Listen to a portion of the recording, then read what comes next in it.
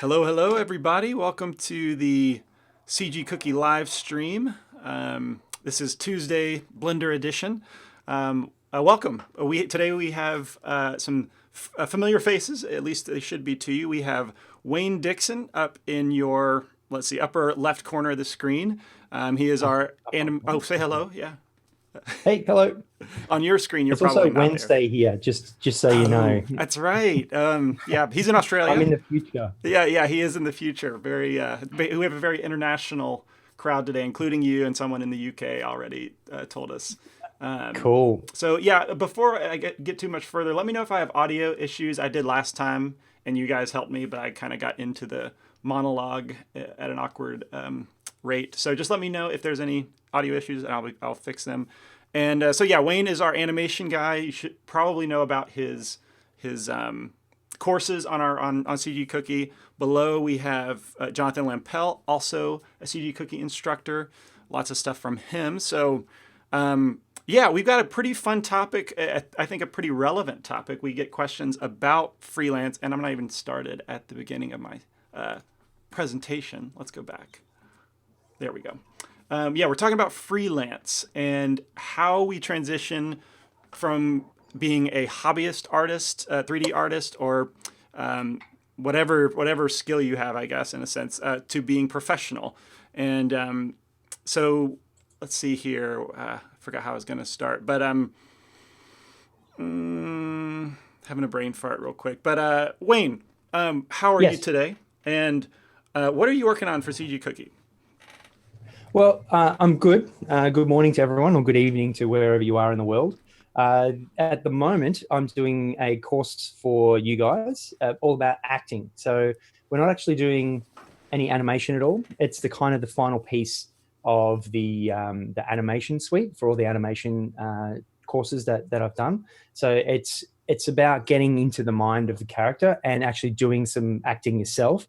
So not to make you an awesome actor or anything like that, but just to kind of get your feet wet in that area. So when you're doing some animation, you kind of have a better idea of what to do with your character and what to make them do. Like what are they going to be thinking in this situation? So that's what I'm doing at the moment. It's not too far away from being finished. So in the next couple of weeks, I think it'll be up online, but I'm having a lot of fun, and Kent's having a lot of fun watching me be an idiot doing some acting I in can front of the attest. camera. Yeah, I can attest to that. I'm having a blast reviewing his stuff, and I think it's going to be very different.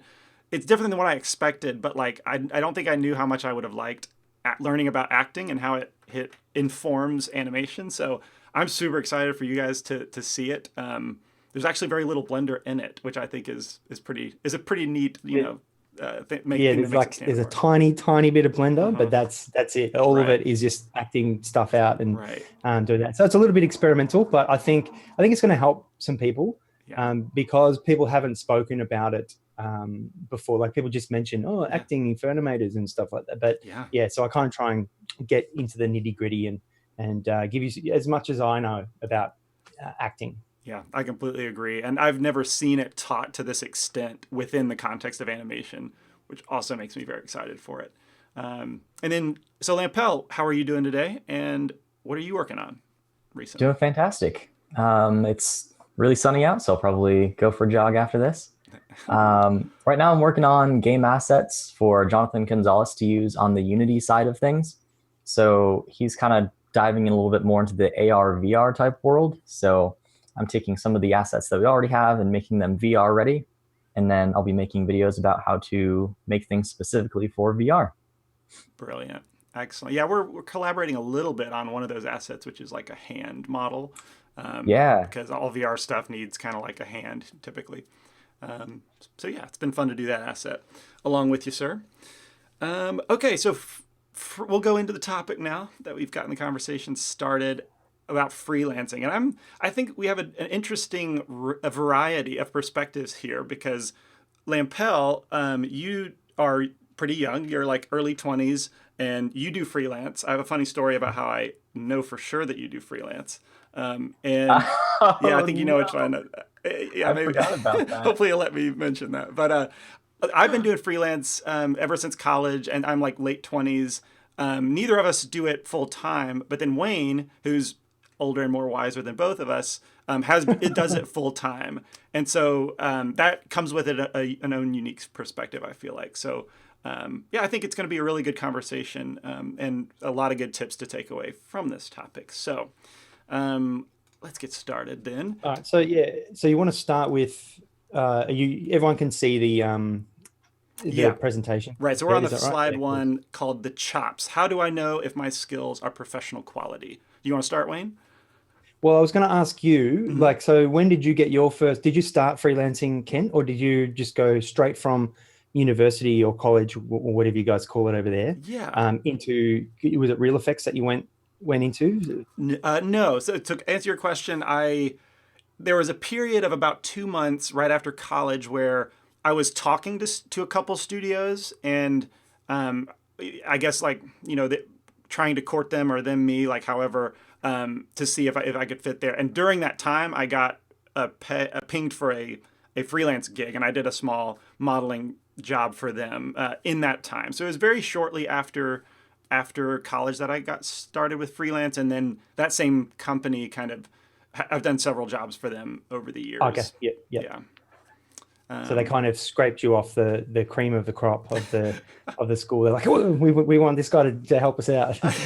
I don't know how they found my work, to be honest with you, that particular company, but I mean, it was just a very small time. Yeah. So what about you, Jonathan? Where was your first freelance job? That must have been when you were about 7 or 8 years old, because you are like 12 years old now. What's going on? So young. Exactly. No, first I started freelancing a little bit towards the end of high school, and that's what made me kind of go towards the animation path, because I didn't think it was like a viable career. And then I started actually making a little bit of money from it. It's like, oh, maybe I don't have to go into like engineering or something. Maybe I could actually do this as work. So it was kind of the freelancing that like pushed me into this world to start with. Oh, wow. Take it seriously. Wow. Okay. So you said at the end of high school? Sorry. Yeah. Okay. That's pretty awesome. 18, 19. My freelance stuff, I think people want to know, like, oh, do you just start freelancing, or like you just like wake up one Monday morning at 9 o'clock and you go, all right, now I'm a freelancer, I'm going to start work. And that it doesn't kind of happen like that. And I think everyone's stories is very similar, where it's kind of been a transition. Like it's not like a clear black and white path of like, oh, now I'm a freelancer. It's like happened in like little stages of like trying to get jobs. Or my first one was actually, I don't know my first one, but I was working for at my brother's company. No, he didn't own it, but he was working at a company. I was working with him, and he was like, "Oh, I'm going to do a presentation, and we need maybe you're good at animation and stuff. Maybe you can animate the company mascot and make it do this thing for this presentation." Yeah. And I was like, "Oh yeah, I can do that." And so I modeled, I rigged, I animated, I lit, I shaded. I had no idea how to do all of that stuff, but I just did it. And I think being so inexperienced helped me be able to achieve that goal, because I didn't know how hard it was to do all those things. I just went and I did it at ridiculously low price. Sure. That's something that happens quite a lot as well. Like, especially when you start out, you do all this work and you're like, wow, I got paid $1 an hour. But you got paid to do what you love, right? Yeah. So I think if you wanted to start, look for opportunities in your own life where you could what you're good at. So if you're good at modeling or texturing or something like that, maybe you know someone in your circle that needs a poster done for something, and you're like, oh, maybe I can like provide you with the 3D asset if you're into 3D or whatever it is in the middle of the poster, and just approach them and see whether they're keen to do something like that. So I think find somewhere in your life where you can use Blender or whatever other software that you're using. Maybe everyone a Blender person on this stream? Maybe they're not. Yeah, that's a good question. And you kind of hit on something. So when I answered your question, I was thinking explicitly 3D freelancing, but then when Lampel mentioned in high school, I actually through connections with my parents, did drawing, little drawing things, like create a logo for a local restaurant or kind of silly stuff like that.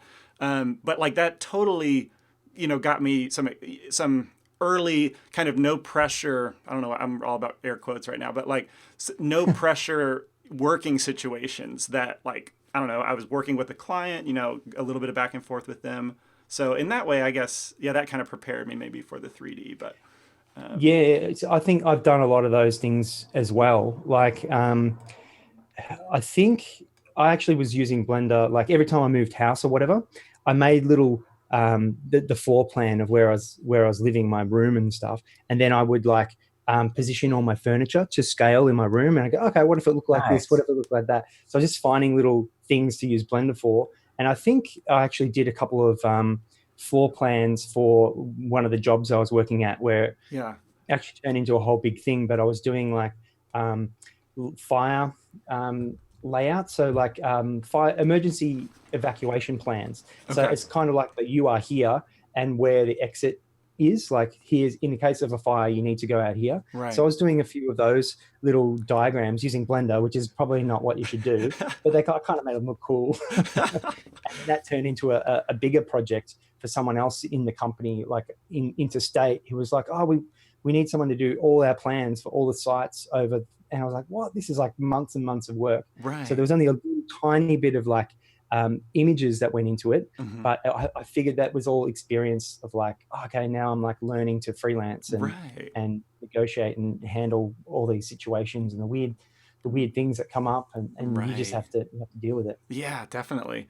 Real quick, there is a question in the chat, but Char, you asked if I could bump my audio up. I'm up all the way as far as I know, but I did bump them down a little bit, so hopefully that evens us up. Assuming that meant they were too loud. Anyway, Okay. yeah. So getting into the freelance, like the chops, like and continuing this part of the conversation of, like, how did you guys know?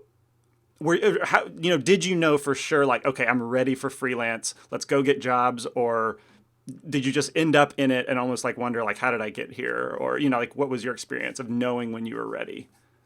Well, I didn't think I was.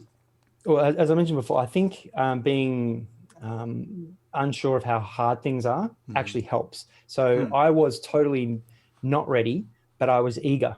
So you like when someone says, "Oh, hey, can you do this?" You're like, "Yes, I can do that." And then the second part of the problem is you walk away and you're like, "How do I do that?"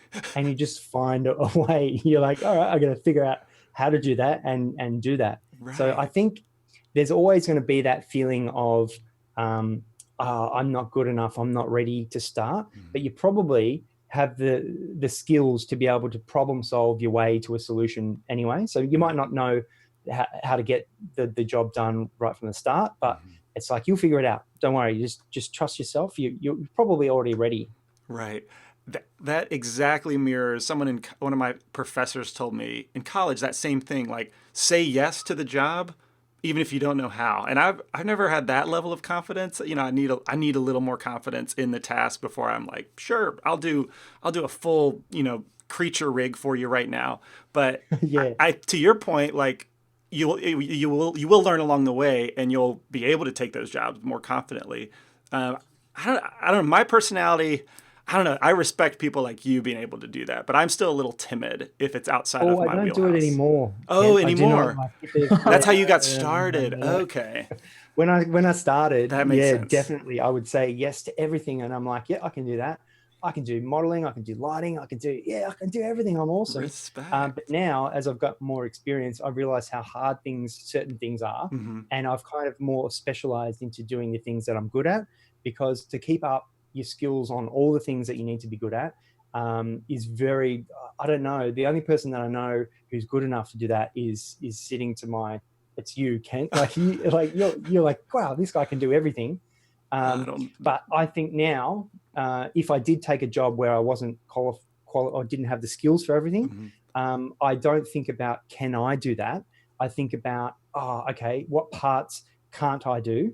And do I know someone in my network that I can hire to do it, to do that portion of it? So all the modeling stuff, I don't do any modeling. I've got a guy here in Sydney who I hire, and I just go, hey, can you model this up? And in 2 days later, I get a model back, and I'm ready to push forward. So I don't spend like 2 weeks modeling something that I don't know how to model. I just Right. get someone else to do that part.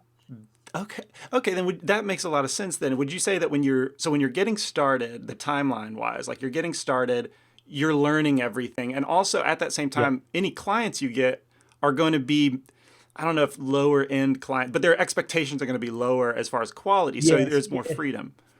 Yeah, a little bit like that. But there is a danger with those type of clients where they don't understand 3D. Like they don't know the ins and outs, and they don't know how it works and stuff. So you find that, yeah, their level of quality that they're after is a lot lower, which is good. But you also have to explain a hell of a lot to them to get them to understand. So say, for example, I did that presentation. My brother did a presentation, and I animated the mascot. And Yeah. he jumped off the thing and did a little thumbs up.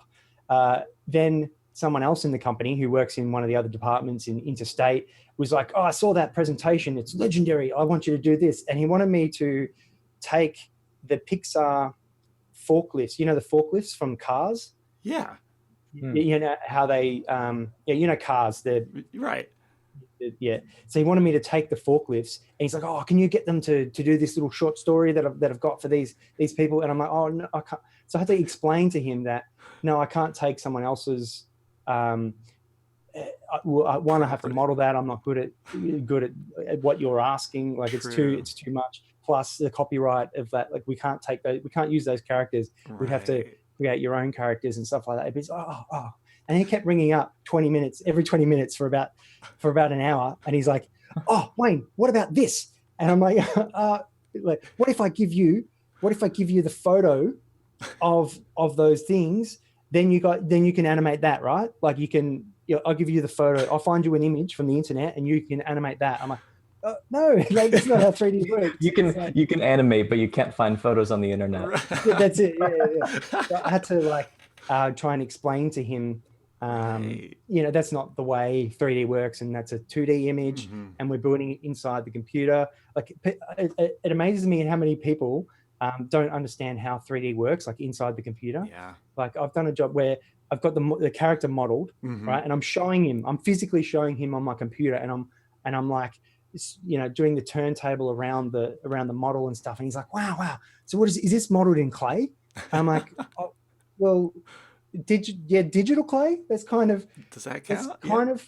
Yeah, that's kind of right. And he's like, all right. I'm like, each one of these is a little pixel, like a little vertex, and there's polygons that go around it. And he's like, oh yeah. Cool. He's getting it. And then like 10 seconds later, he's like, so this is modeled in clay, yeah?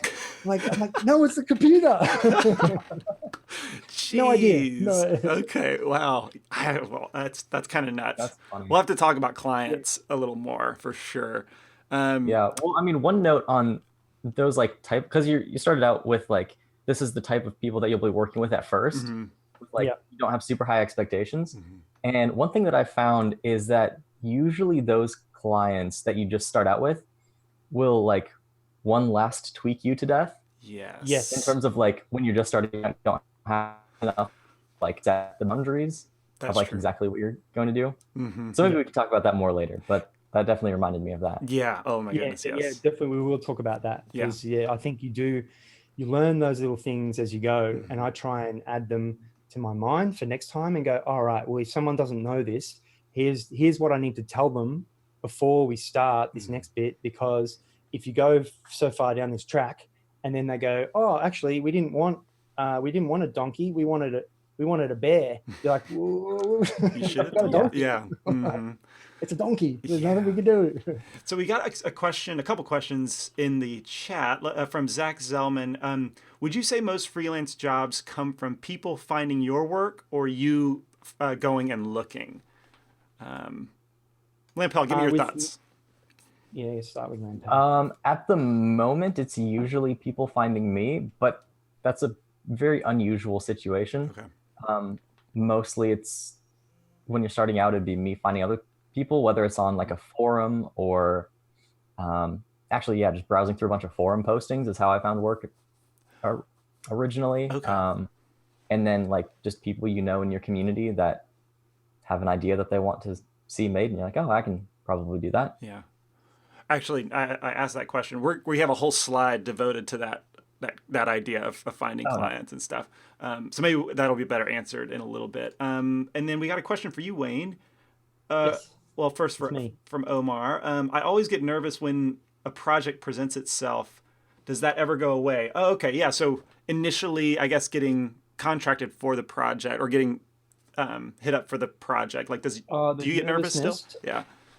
Yes. Yeah. Always. Everything.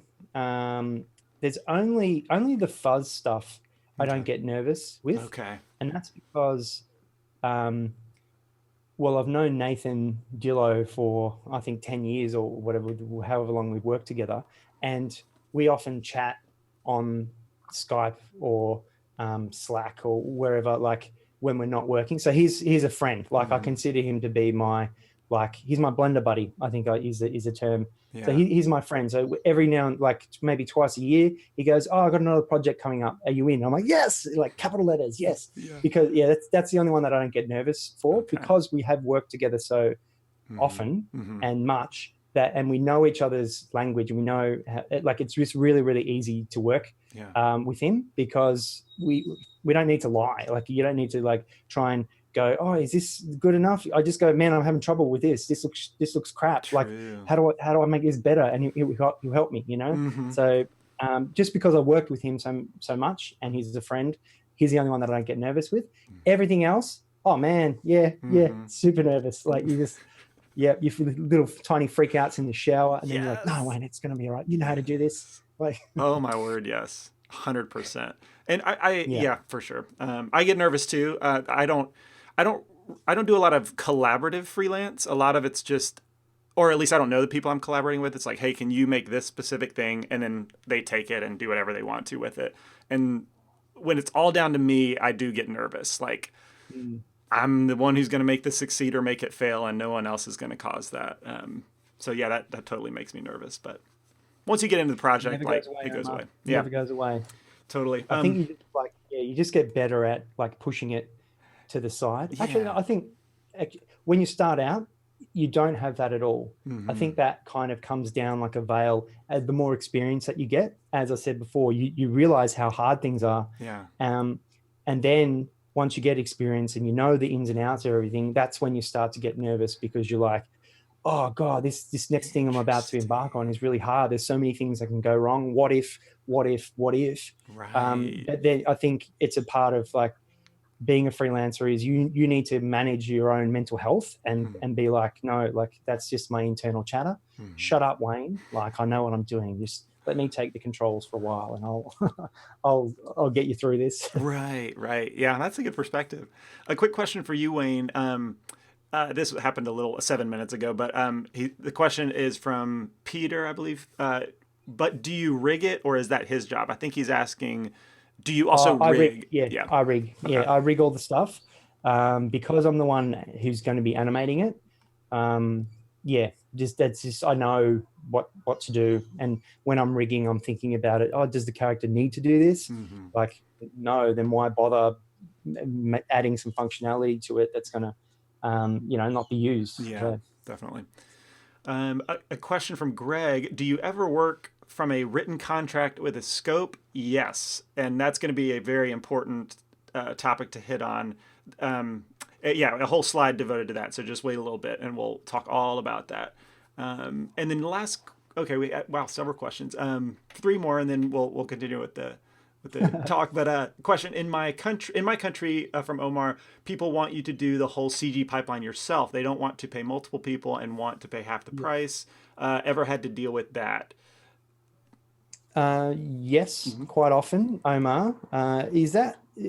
Should we talk about that later, Kent, or like? I think so. A lot of these questions are great. They're going to be coming later, so maybe we should probably get down the line. Let's put those questions in the question bank. Okay. And we'll pop them out. But don't worry, Omar. We will get there because it happens quite a lot. Definitely. And this one, how do you determine what to charge for a project? Definitely going to be talking about that. We'll talk about that. Yeah. And then last one, make sure this is something we'll talk about. Most of the projects I'm able to land are below my skill level. If I'm trying to build up a portfolio, do you think it's more valuable to just make my own pieces that show my true ability? Yeah, I think that's an interesting Totally. point. Let's save that for the next slide, and we'll finish up this. We haven't even talked about like the whole Yeah, chops let's idea. push forward, and then we'll get to all the juicy bit. I think Totally. we're a bit stopped. We're stopped at the start, right at the gates. Well, but I think we have so much to say about this topic that it's Yeah. hard to like limit ourselves. But because we never get a chance to really talk about freelance and what that entails, but it's kind of a big part. So I've got a few bullet points. Maybe we can touch on these maybe briefly, but they're pretty straightforward.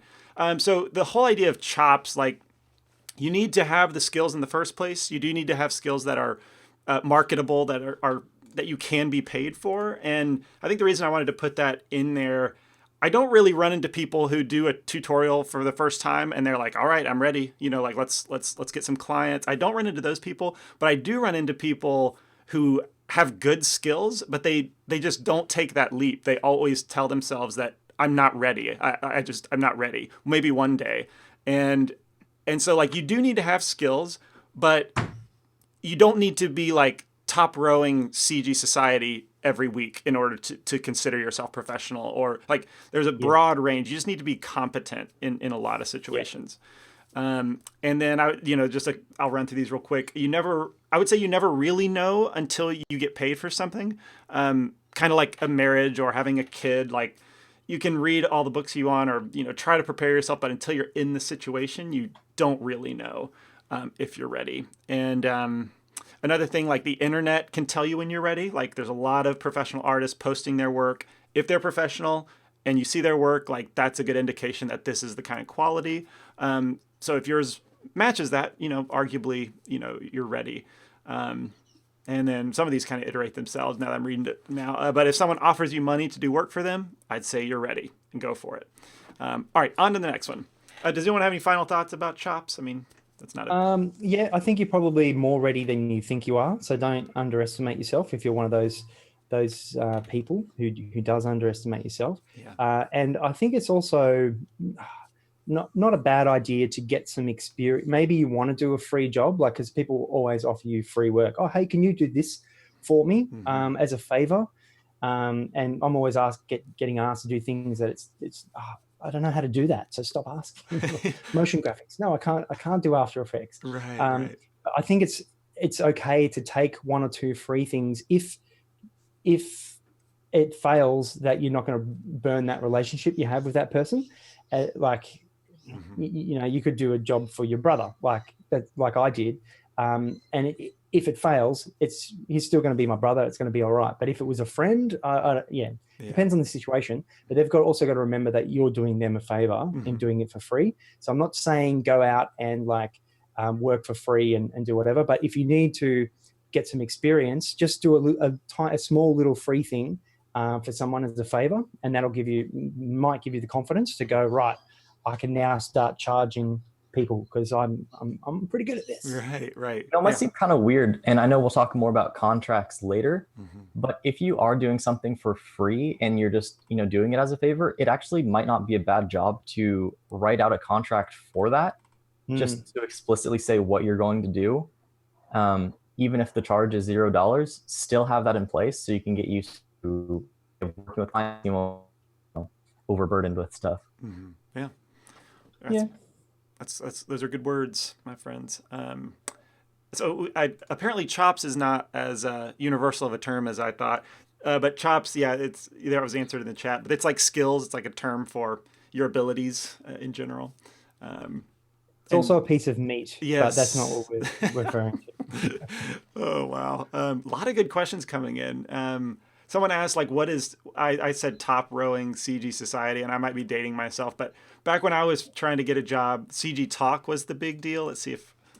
I have since stopped, but I think it's still CG Talk. But that was the premier forum, and they don't even do this anymore. But back in the day, they had a top row of staff selected art, imagery, and so if you got top rowed, that was a big deal. And I did get very lucky and got my demo reel got top rowed, and without a doubt that led to my first job. So that's why I referenced it. But anyway, all right. So am I missing anything else? We'll get into it, and a lot of these questions I think will be answered, but we'll try and remember the ones. So finding work. So let's say you decided you've got chops. how do you get the freelance gigs? And like to get started, the first point that I would say is market yourself. That's a huge one. I mean, without a doubt, that was like the first step that I could take, right? Like when I got out of college, I didn't know, like, definitely go to this website, I will get jobs here, or go to this person, I will get jobs from them. I had to kind of prove myself to the internet, like make a website, put all my work there, go to CG Talk, or now go to ArtStation, go to CG Feedback is a lesser known forum for CG stuff, but like put your stuff there as many places as you can, LinkedIn, that kind of stuff, like Facebook, Polycount Twitter. is a good one for game art. Which one did you say? Polycount? Yeah, Polycount, good one. Yeah, for game art. But yeah, what were y'all's experience with like exposing yourself and how that led to work? Well, so most of the jobs have found me, and it was just luck. Mm-hmm. Like I wouldn't recommend that to anyone, but I was found on the internet because of the things. I guess it was exposure, but I wasn't thinking about it at the time as, hey everyone, I'm Wayne Dixon. I'm here. I'm doing animation. I'm doing rigging. I was just like releasing rigs for people, free rigs for people to use. And then Nathan Dillo from Fuzz contacted me because he needed a rigger. He's like, oh, hey, I've got this weird job that no one knows how to rig. Can you do it? I'm like, yep, cool. And that's where our relationship began. So I think, yeah, I'm not great at marketing myself. Like I've got Twitter and I've got Facebook and stuff like that, but I don't do a lot with them because I don't know. I just prefer to work, do my work. Right. I mean, that's an interesting point. You kind of said you don't consider that exposure, but they did find you. Yeah, like putting your work out there is what attracts the fish to your bait, right? That's right. Yeah. And so in that way, like that's how I would say that's what you can do now if you want to go into freelance, but you don't know how. Put like stuff out now. Yeah, exactly. See, I know I don't know his name, but I could find him on Vimeo. People who always put out their things, and you see them on Twitter or whatever. Yeah. Even if you like, I have no need for someone who's good at particles. Yeah. But there's this guy on Vimeo who I see all the time posting little particles and demonstration things and whatever. Right. Now I know him. Sorry, I don't know him personally. I've never had contact with him. Yeah. But I know that the first time that a job comes to me and goes, hey, we need to do something weird with particles, I'm going to go, that guy. Yeah. I'm going to go Nicholas. I don't know what his name is. Starts with G. Nicholas G. I'll find him. I know how to find him. I will look him up and I go, hey man, can you do this for me? Right. And he's not putting his little demonstration things on there to go, hey, everyone hire me. Yes. But I just think from the amount of work that he puts up and how often he does, he's always at the top of my mind. So that when that thing comes up, I'll hire him. Yeah. Like that's what I do. He's the one I'm gonna book. Yeah, completely. Lampel, I remember the first time I ever heard your name was your portfolio, and it was the cabin in the woods image that you did. And, oh yeah. I mean, did that lead to any jobs or anything? Because that put you on my map, and I always think of you now as someone who can do like realistic plants and like nature kind of things. Like, did you get anything from that? Yeah, I did actually. I ended up somebody used it as their book cover for a novel. So yeah, so that was kind of cool. That's awesome. Did you have to render it like huge? Sorry, that's a side. Did you have to render it like really big? Yeah, I had to render it with like different dimensions, and it kind of screwed with the composition and whatever. Okay. But yeah, that was one of the first jobs that I got. That was just putting my work out there, and somebody was like, "Hey, can I use that?" Right. I think that was from Behance actually, which I don't think I've updated it since, but. I don't have a Behance, but like I see artists there. And you're like, I'm going to quit while I'm ahead. Right. Exactly. So then once I imagine you guys would have similar experiences, but once you get the first job, like Wayne said, now it feels like they just come to you, like you maintain a good relationship, you're good to work for, and they'll remember, or you remember that Nick guy as like being particles. They'll remember you for your skills that you did. And that's right. Yeah. It's like a spider web effect of connections that will lead to more work, almost definitely. Would you agree with that? Yeah. So I've actually referred jobs onto people. They don't even know that I've referred them to it, because people come to me and they go, "Hey, can you do this?" And I go, "No, go to that guy." So I think Mike Pan, I've palmed so much work off to that guy, That's because awesome. it's all lighting, and so I'm like, I don't know. That's There you great. go. Right. Thank me later, Mike Pan. I didn't He know doesn't that. know. Yeah. He's never met me. He probably, but like that's Wow. not why I do it. I just Yeah. help someone comes to me. I just send them where they need to go. Right. Yeah, Totally. but finding work, I think there are places to avoid, and I tried for a while to all the freelancing sites like Upwork and what was it, freelancer.com. Mm-hmm. I found that I was competing against people who work for $3 an hour, Yeah. like, because any site where you're competing against people bidding for jobs and stuff, Mm-hmm. where someone's in a third world country, and so $3 an hour for them is like a great wage, but for me it doesn't even buy a coffee. Right. So it's like you can't compete on that platform, Right. because so I tried for a while to get some jobs on before Upwork, whatever it was called before Upwork. I can't really remember, but I found that they were actually using examples of my work. Like, it's a site where people post jobs. They go, "Hey everyone, I'm doing an animation," or whatever it is. There's different there's all sorts on there, Right. but they're like, "Oh, hey, we want to do an animation like this," and they've actually posted my work. Like, this is the job that I've worked on. Like, I was like, wow, that's my work. I like, this is amazing. Clearly, you want to hire me. Right. And I'm like, it's the snowflake thing with the snowman falling in his butt. Yeah. Like, this is a really great animation. We want to do this. And I'm like, why, hello, I am actually the person who made that. And they're like, "Oh, great, we'll give you $300. I'm like, oh, no, Can't do I think that. you're missing zeros from that, because you don't realize how hard that was to put together, how long it took. Right. So I couldn't compete on those sites. So I was just like, well, it's a race to the bottom with those things. Am I gonna work for 50 cents an hour to be able to achieve that? No. So just find yourself a different area to get work. So so that kind of doesn't work for animation, those types of things, but for other jobs, they do. Like writing, I've got a friend who does a lot of writing work on there, and it works great. But for animation, when you're competing against someone who's going to work for basically $0, you are not going to get the job. Mm-hmm. Yeah, I'm glad you brought that up, because I didn't even. It might be like we have different contexts a little bit from freelancing. Like I think Lampel, we use it as a supplemental sort of income. Like, it's silly, but like if I want to get the new Xbox or something, I can always think like, oh, I'll just find a modeling gig, or make myself available and do a short freelance project and have that extra fund kind of a way. But for you, Wayne, it's your 100% like income, like full time, right?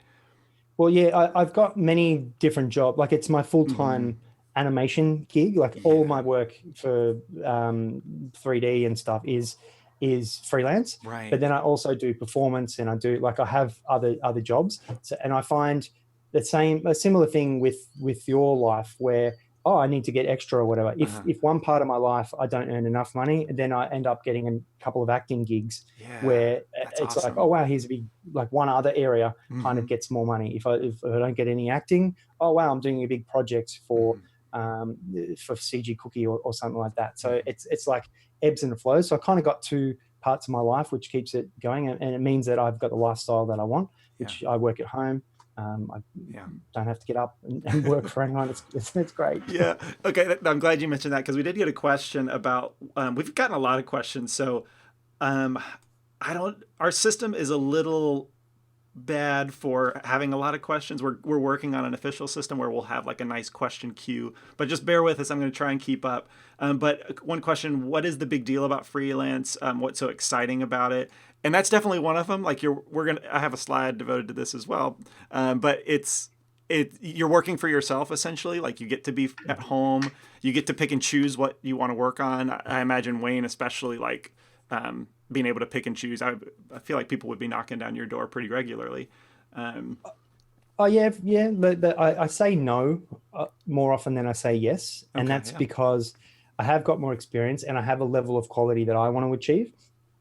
When I first started out, I'm just yes to everything, and now there's certain things that I might not be good at or I might not be interested in working on. I just say no, and I palm them off to someone who I think might be. Um, but Hmm. yeah, if it comes below my level of quality, like if I know, if I look at their website or I look at what they're after, Hmm. and if it's like something that I don't want to put my name on, Yeah. um, and I've done a lot of those things, so you won't see them on my reel because Right. they don't look great. Uh-huh. But if it's below, if it's something I don't want to put my name on, and I Yeah. don't need the money, I'll say no, Hmm. because that affords me the time to work on something that I want to work on, Right. rather than, oh, I'm just working to get money. And Hmm. that also has the added benefit of keeping my work enjoyable, Hmm. because Yeah. that's another danger with freelance. If you go full time with your hobby, Hmm. you end up hating it because you're like, oh, I just wanted to do animation, and all I'm doing is these floor plans for these fire evacuation things. It's like, Yeah. well, yeah, I don't Right. Yeah. want to go down that road. Totally. That hit on someone else. I think it was William. You asked that question too. Oh yeah. He says I never plan to do 3D for work. I just want to do it for fun. And I think Yeah, that's That's fine. pure and that's totally fine. And to Wayne's point, like there is a balancing act to be able to do what you love in a professional manner, but still enjoy it at the end of the day. That yeah. can be a trick for sure. Okay, so we got several questions from Zach Zellman. How would you expose your work as a rigger? I'll just try and answer that real quick. It's very common to see rigging demo reels that they Yeah. kind of require animation, I would say, to stand out. Like going through and seeing a rig with its different features. That might speak to some people, like especially the technically minded studios Yeah, who know. if a technical director is looking, they Yeah, will look at that. But they'll be like, okay, how has he rigged this? yeah, He or she, how is he or she rigged this? yeah. Okay, it's got all those features and stuff.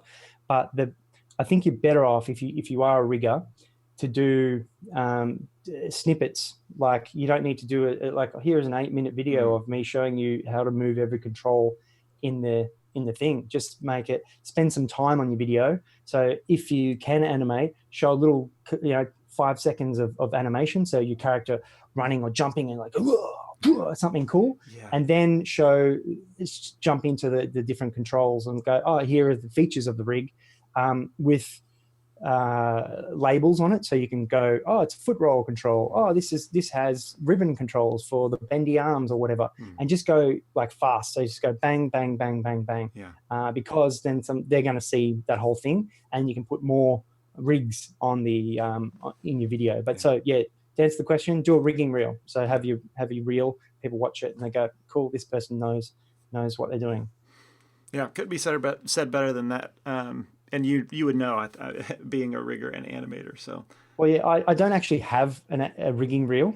So do as I say, not as I but you've do. got the But chops. the job, yeah, I've got the job, like the chops. People contact me for the jobs that no one knows how to rig. So Mm, um, anything that is not a standard biped, where someone will use the Rigify or mm-hmm. Blend Rig or something like that, people come to me and they go, oh, no one knows how to rig this. How do you rig it? Like, oh, okay, I can rig that. I can rig a gate of a um, portal which has bits coming off it and stuff like that. Or I can rig a donkey. I can rig a rabbit, like something that's not your standard human, Mm, where someone can push the generate button on the Rigify. Yeah, that's where people come to me for. nice.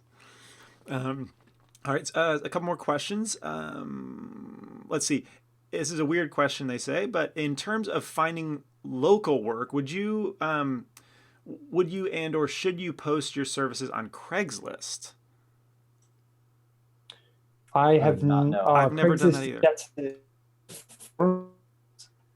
That's a US thing, yeah. Oh, is it? Yeah, maybe it is then. So it's kind of like a local want ad sort of thing, and Oh, okay. yeah, I've never Yeah, done that. maybe. Yeah, I've only seen like things. I've only used those for like things sold. Like if I want a new, I don't know, couch or something, but I don't want to pay a lot for, I'll look on Craigslist to be able to pick that Oh, up. yeah, okay. But I've never I know what it is. thought of. I wouldn't. I don't know. You could try it, but I can't imagine there's a lot of people on Craigslist looking for 3D work. That wouldn't be my guess.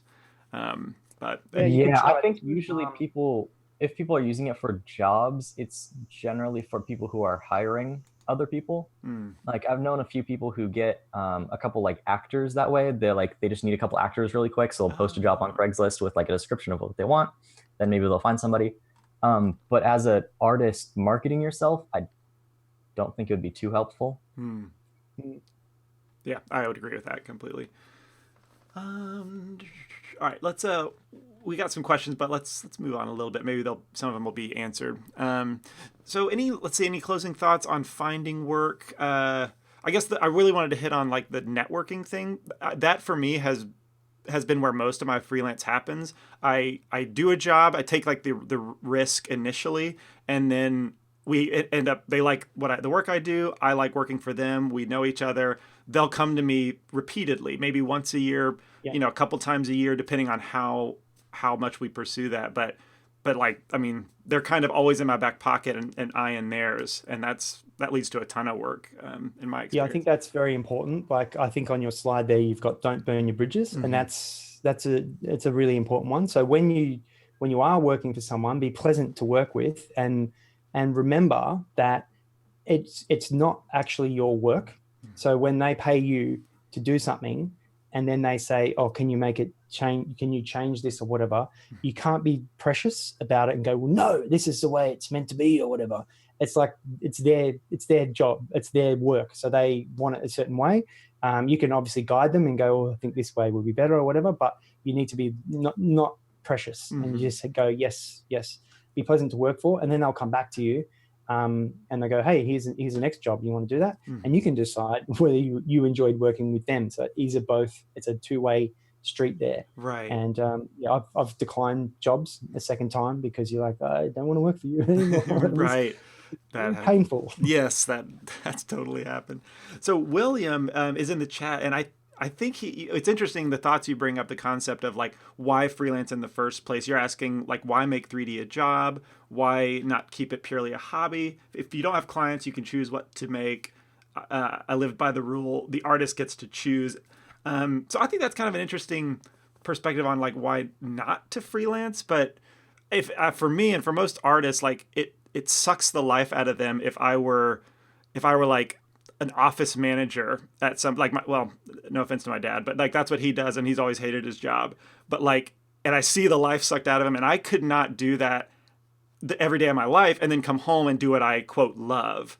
I have my other hobbies that I don't do professionally, but like, I don't know. It seems like a lot of people would like to do what they love as long as they can not hate it at the end of the day, and there are ways to do it's always a danger that you might end up hating it, but I think you've hit on all the right points. It's like me personally, I cannot work 9 to 5. Like I have, and I will if I definitely have to, but I just hit a point where it kills me. It slowly kills me on the inside. I'm like, what? The same thing? Like, no. So I've created my life to be exactly what it is. I could do that with freelancing. So I don't have to be at a certain place at a certain time on a certain day of the week. Like if I want to, I can work whenever I want. My wife goes to bed, I can work on my computer. Like I'm working now. Like it's amazing. Totally. Yeah. But I mean, if you don't have to freelance, like keep this your hobby, that's fine. If you can stand to, I think when I teach people at CG Cookie, I assume that you want to learn this stuff to a degree of being a professional, the possibility of being a professional. So I always end up scratching my head when people are like, no, I don't want to do that at all. This is purely a hobby. And I'm coming around to that understanding, and I have hobbies that I can compare that to, but for me, like I assume you would want to be able to make money doing what you love, especially with computer graphics, but well, I don't think you would need to make money per se doing it, but I think you should always keep the idea that you got where you're trying to train someone to be a professional at it. I think that's the right idea, Kent. But they don't have to make money in the end of it. It's so that they can make better. They can make their hobby better. They can do a better job with achieving more of their vision in their head. So yeah, you don't have to freelance to do that. But, very true. It's going to make your work better. So don't Yeah. change, Ken. Yeah. Oh, I think it is good for me to though be informed that not everyone does want to be a professional. So like it helps to understand that, but professional skills done at a hobby level is still a worthy thing to pursue. A funny And question. freelancing isn't the only way to be a professional either. Yeah. It's just generally the starting point. Yeah. Like even if you want to work at a big studio, Yeah. you usually need a little bit more experience first before jumping straight in. Yeah, that's a great point. A quick funny question for you, Wayne. Have you ever done a Vegemite commercial? I have not done a Vegemite commercial, but I've been in close to 50 commercials or something like I've been in a lot. Yeah. So I do have that, I don't know, a non-recognizable face. So sometimes people kind of look at me twice and go, "Do I know that guy?" But you probably just see me on the TV. But no Vegemite? No, I have not. No dressing up as kangaroos. I've dressed up as a lot of things. You say this with such a humble face. Well, it's funny. Like we're slightly off topic, but I think of myself as I'm a performer. I'm an artist as well. But it's like no, I'm a serious performer or whatever. I will not dance like a monkey for you. Or how much money? Sure, I'll get in that skimpy.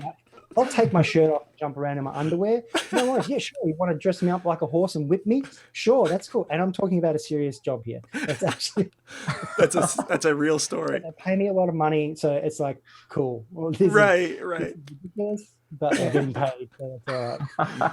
Oh man. Meanwhile, William is like, "See, this is why I don't freelance."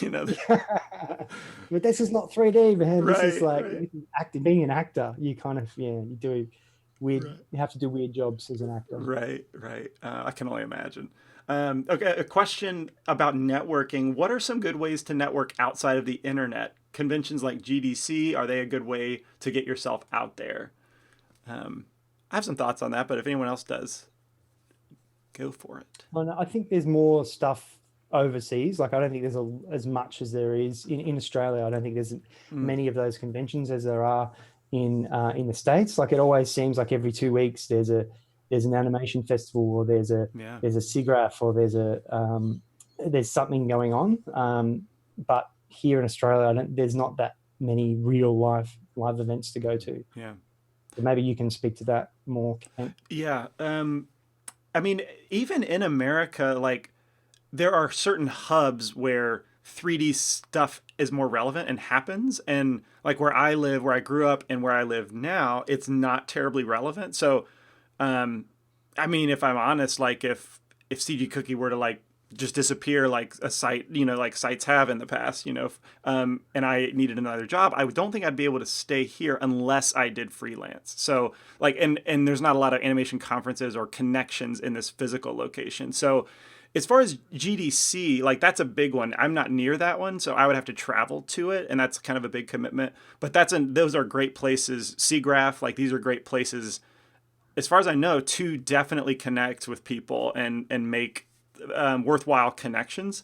Outside of that, like I don't really know how you could be more local and be successful unless you live in a Los Angeles or a Vancouver. I don't know. In Seattle, Lampel, like is there a 3D scene that you could plug into? Yeah, definitely. Seattle's pretty good for that. There's lots for games, lots of gaming stuff. Microsoft and all of those. So even the non-gaming stuff, there's lots of 3D content, lots of VR, everything. So there's lots of like little communities that you can find and that have their own little meetups that you can be like drop in on, whatever. But in an area where that's not as much the case, I don't know what I would do locally. Because even large conferences like GDC or any of those other ones, they might be good for making like a couple connections, but it's not really a time that you can like go and like somebody. It's very busy. Everybody's moving around. Maybe you'll get drinks with somebody and talk about animation, but I wouldn't bank on it. Yeah. Okay, cool. Well, that's actually, I forgot about the game angle. Seattle's a pretty big hub for that. Good choice of place. Games are huge. So I think if as Jonathan mentioned, then meeting people and putting a face to a name is always a good thing. Like, it's never harmful, unless you got a face like this, and then you're like, oh, don't want to look like that. But then later on, you've kind of already set up your bridge, So when you might end up working with them later in life, later down the road. Mm-hmm. Absolutely. All right, cool. So we'll move on from the finding work to the next slide, because Omar has a question. How do you keep he has asked several questions about like clients and managing that, and that's what we get into next. Because maybe some people could think, congrats, you've landed freelance work and it's happily ever after for you. Like you're doing, for those people who think doing what you love is like the purpose of life. You've got work, you're doing what you love technically, so it's happily ever after. But that's not the end of the story. And the next thing we're going to talk about is the client side, how to protect yourself, how to protect yourself, basically. Look out for yourself is the title of the slide. Because it is easy to be taken advantage of. And Omar, to get to your question, how do you manage a client that wants to keep making silly changes? In quotes, can we add a butterfly? My daughter likes them. Like randomly just throwing that kind of stuff in. That took me a while to learn personally. I'll talk a little bit about that first. But it's taken years to really hone how to interact with clients and how to completely, as clearly as possible, understand the expectations of the project at the onset and not into the project. That is extremely important, and I'm still learning how to do that quite well, or quite good. But sometimes, like, I don't feel like contractually I can always. I guess what I'm trying to answer your question, Omar, is if you set the specific terms ahead of time, then when that client says, "Can you add in a butterfly?" Like if that isn't worth your time, it wasn't covered in the contract, like you have grounds to say no, like you didn't ask for that initially, like that's not what this is about. And as long as you establish that early on, sometimes you can't like actually cover all the bases ahead of time.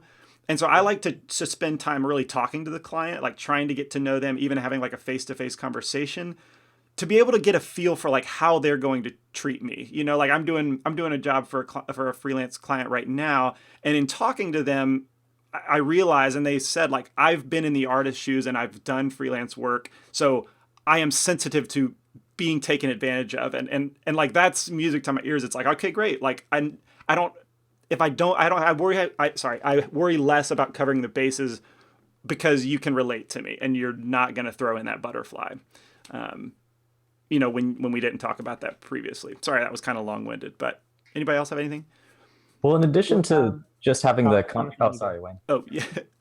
Lampel, you go real quick. Okay. In addition to just having the contract stuff, another thing that's helpful is in the contract specify the different points which you'll ask for feedback on. So you might have, instead of just getting the job and then giving them the finished result, you'll have 2 points in which you'll seek their approval for. So you might have like a blockout stage that they have to sign and say, this is okay. And that might be like the very first thing. And if there's no butterfly in there and then they sign it off, they can't ask for it later. Yeah.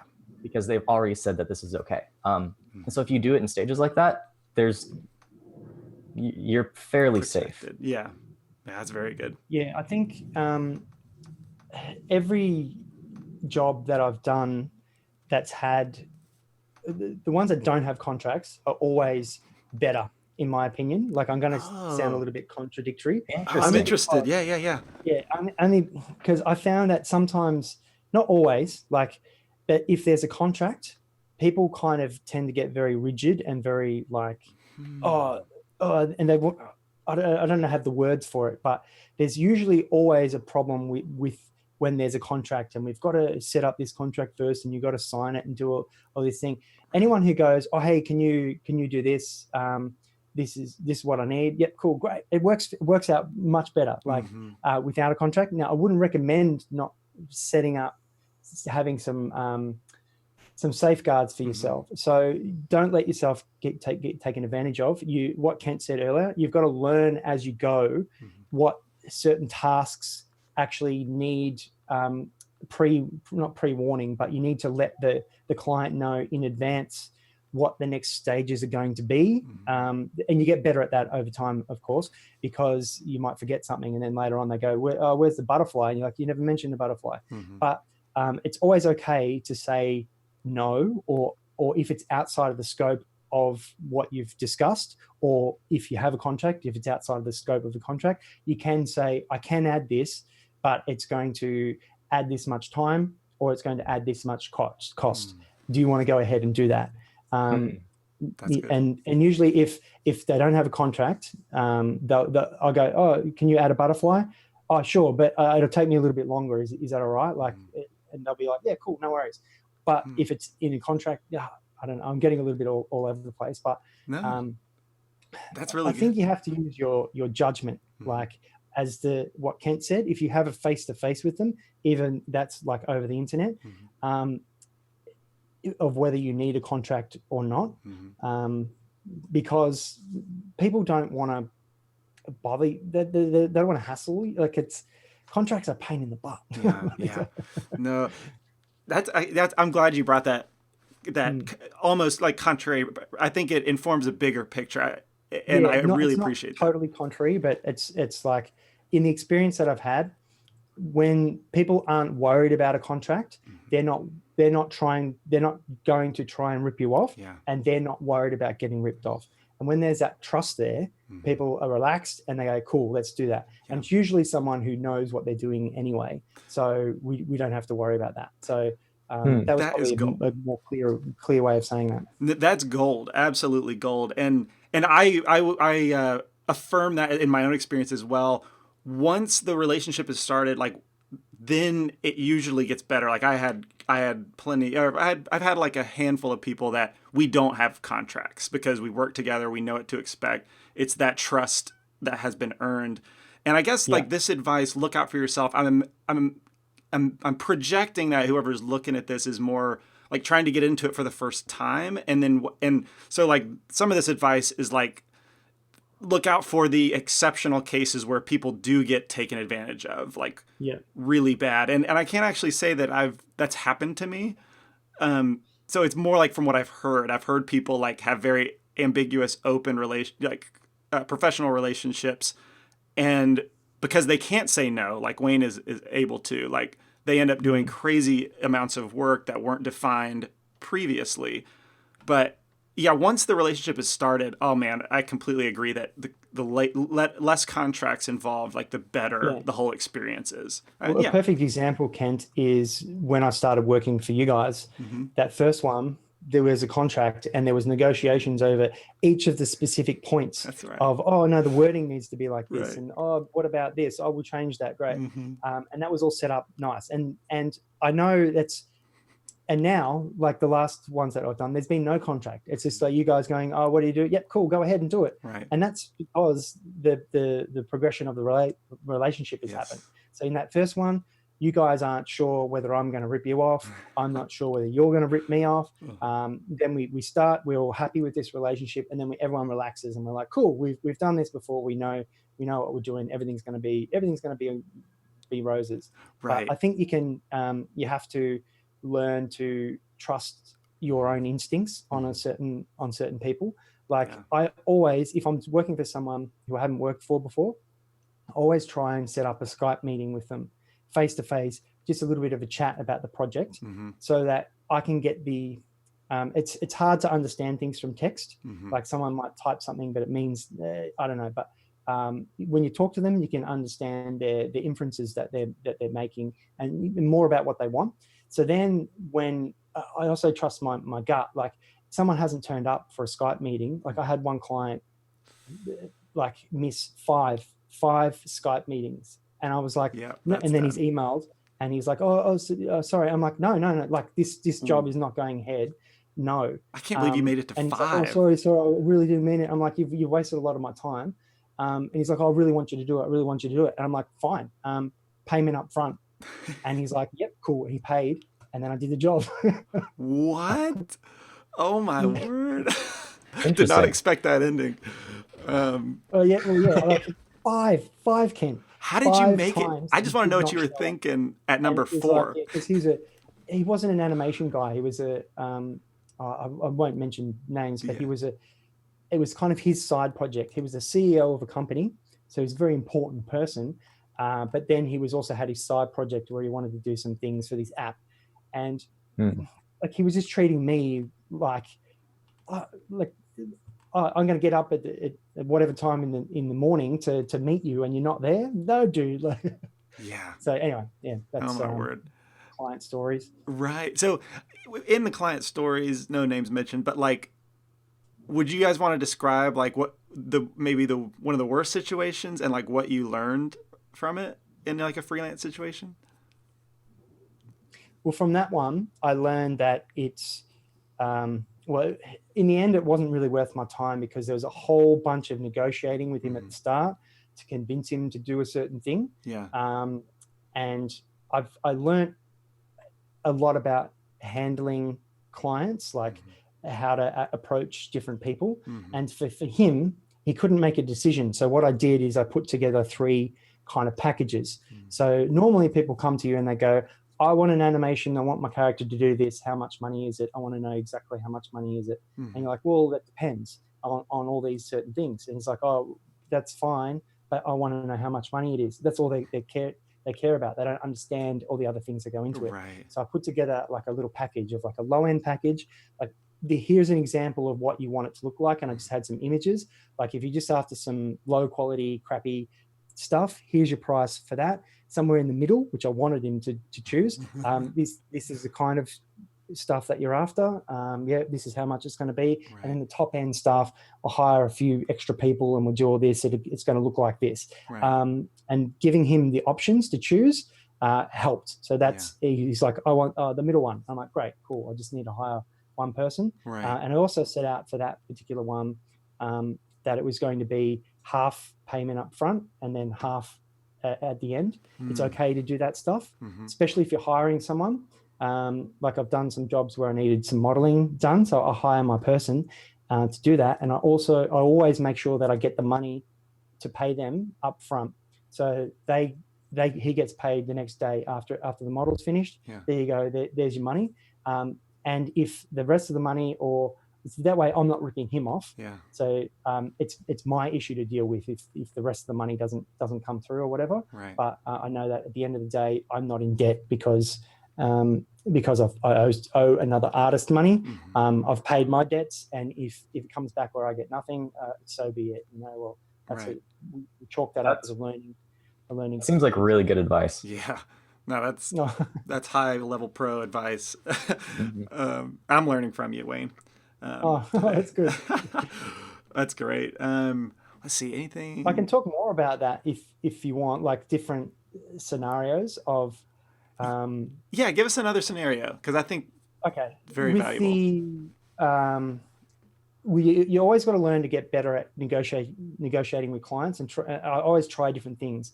Like some people have emailed me where they want something, and what they want is up here, but they don't know what they want. They don't know that yet, right? Right. So they don't know how much it's going to cost. Really, what they're after is something that's going to cost $10,000 or $20,000, and I've just tried to explain to people, like, I know I'm not going to get that job. I don't want to get that job. And I've just experimented with, okay, this person comes along here. They don't know anything about animation or anything like that. I'm just going to teach them a few little things and send them on their way so they can kind of get a picture in their head about how much it costs and where to go in the future, because they were looking at this Upwork thing where I've seen I can get someone from India to do this animation for $300. Why is it going to cost several $1,000s for you? Yeah. And it's like, I'm just explaining to them. So that particular one, I knew I wasn't going to get the job, but I educated one person. It's a stupid thing to do. Educated one person on how the industry works, and so that when he does go ahead and pull the trigger on his job, he might come back to me, or at least he's going to. Wow, he's not going to rip someone off like by going, oh, that's a $10,000 thing. I'll give you $300 for it. Right. That was a weird.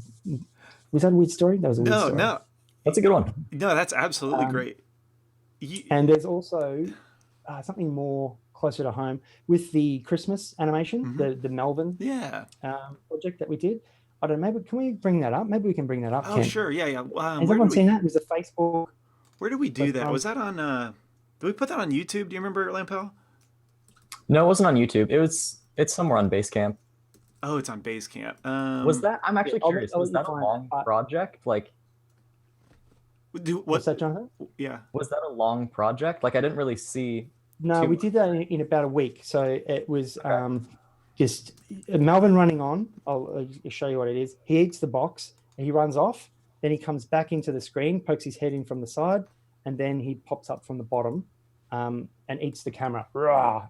That's the thing that he does. So that Christmas time, Let me Wes find it real quick. came and said, or via text, he's like, "Oh, I want to do an animation with Melvin," and he threw around a couple of ideas.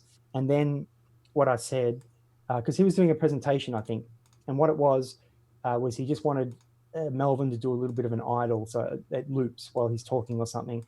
So then I proposed to him a few different ideas because he had some as well. And I'm like, what if we do a little story? So I proposed to him, little story. Melvin runs on, eats the box, runs off, then pops on the side, and then from the bottom, because that's three kind of small vignettes, which is not the smaller that you make your animation, the easier it's going to be. So I negotiating. I said, it's going to be about 15 hours worth of work. And he goes, maybe we can spend about 13 hours on it or something like that. I'm like, right. So we negotiated our budget, which was time. You got time budget, and you've also got your money budget. And I don't want to talk about money. Everyone has their rate. So it's like the rate that you work times the hours that you're going to work. And this is all, I've worked this out in advance from my experience of knowing how long that the animation is going to take. Yeah. Do we have the animation there? Yeah, I've been playing it a couple times through. But yeah, do you want me to point out anything? They can see it? They've seen it? Yeah, they can see it. Okay, so I think about that as different actions.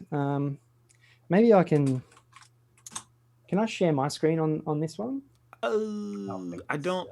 The problem with the share screen through Zoom is that it takes my entire desktop, and OBS, like, I have very specific windows lined up to keep all this making sense. So no, I can't. Yeah. So what I was going to do is just kind of do a diagram. But imagine you're looking at that animation. I think you guys are looking at it now.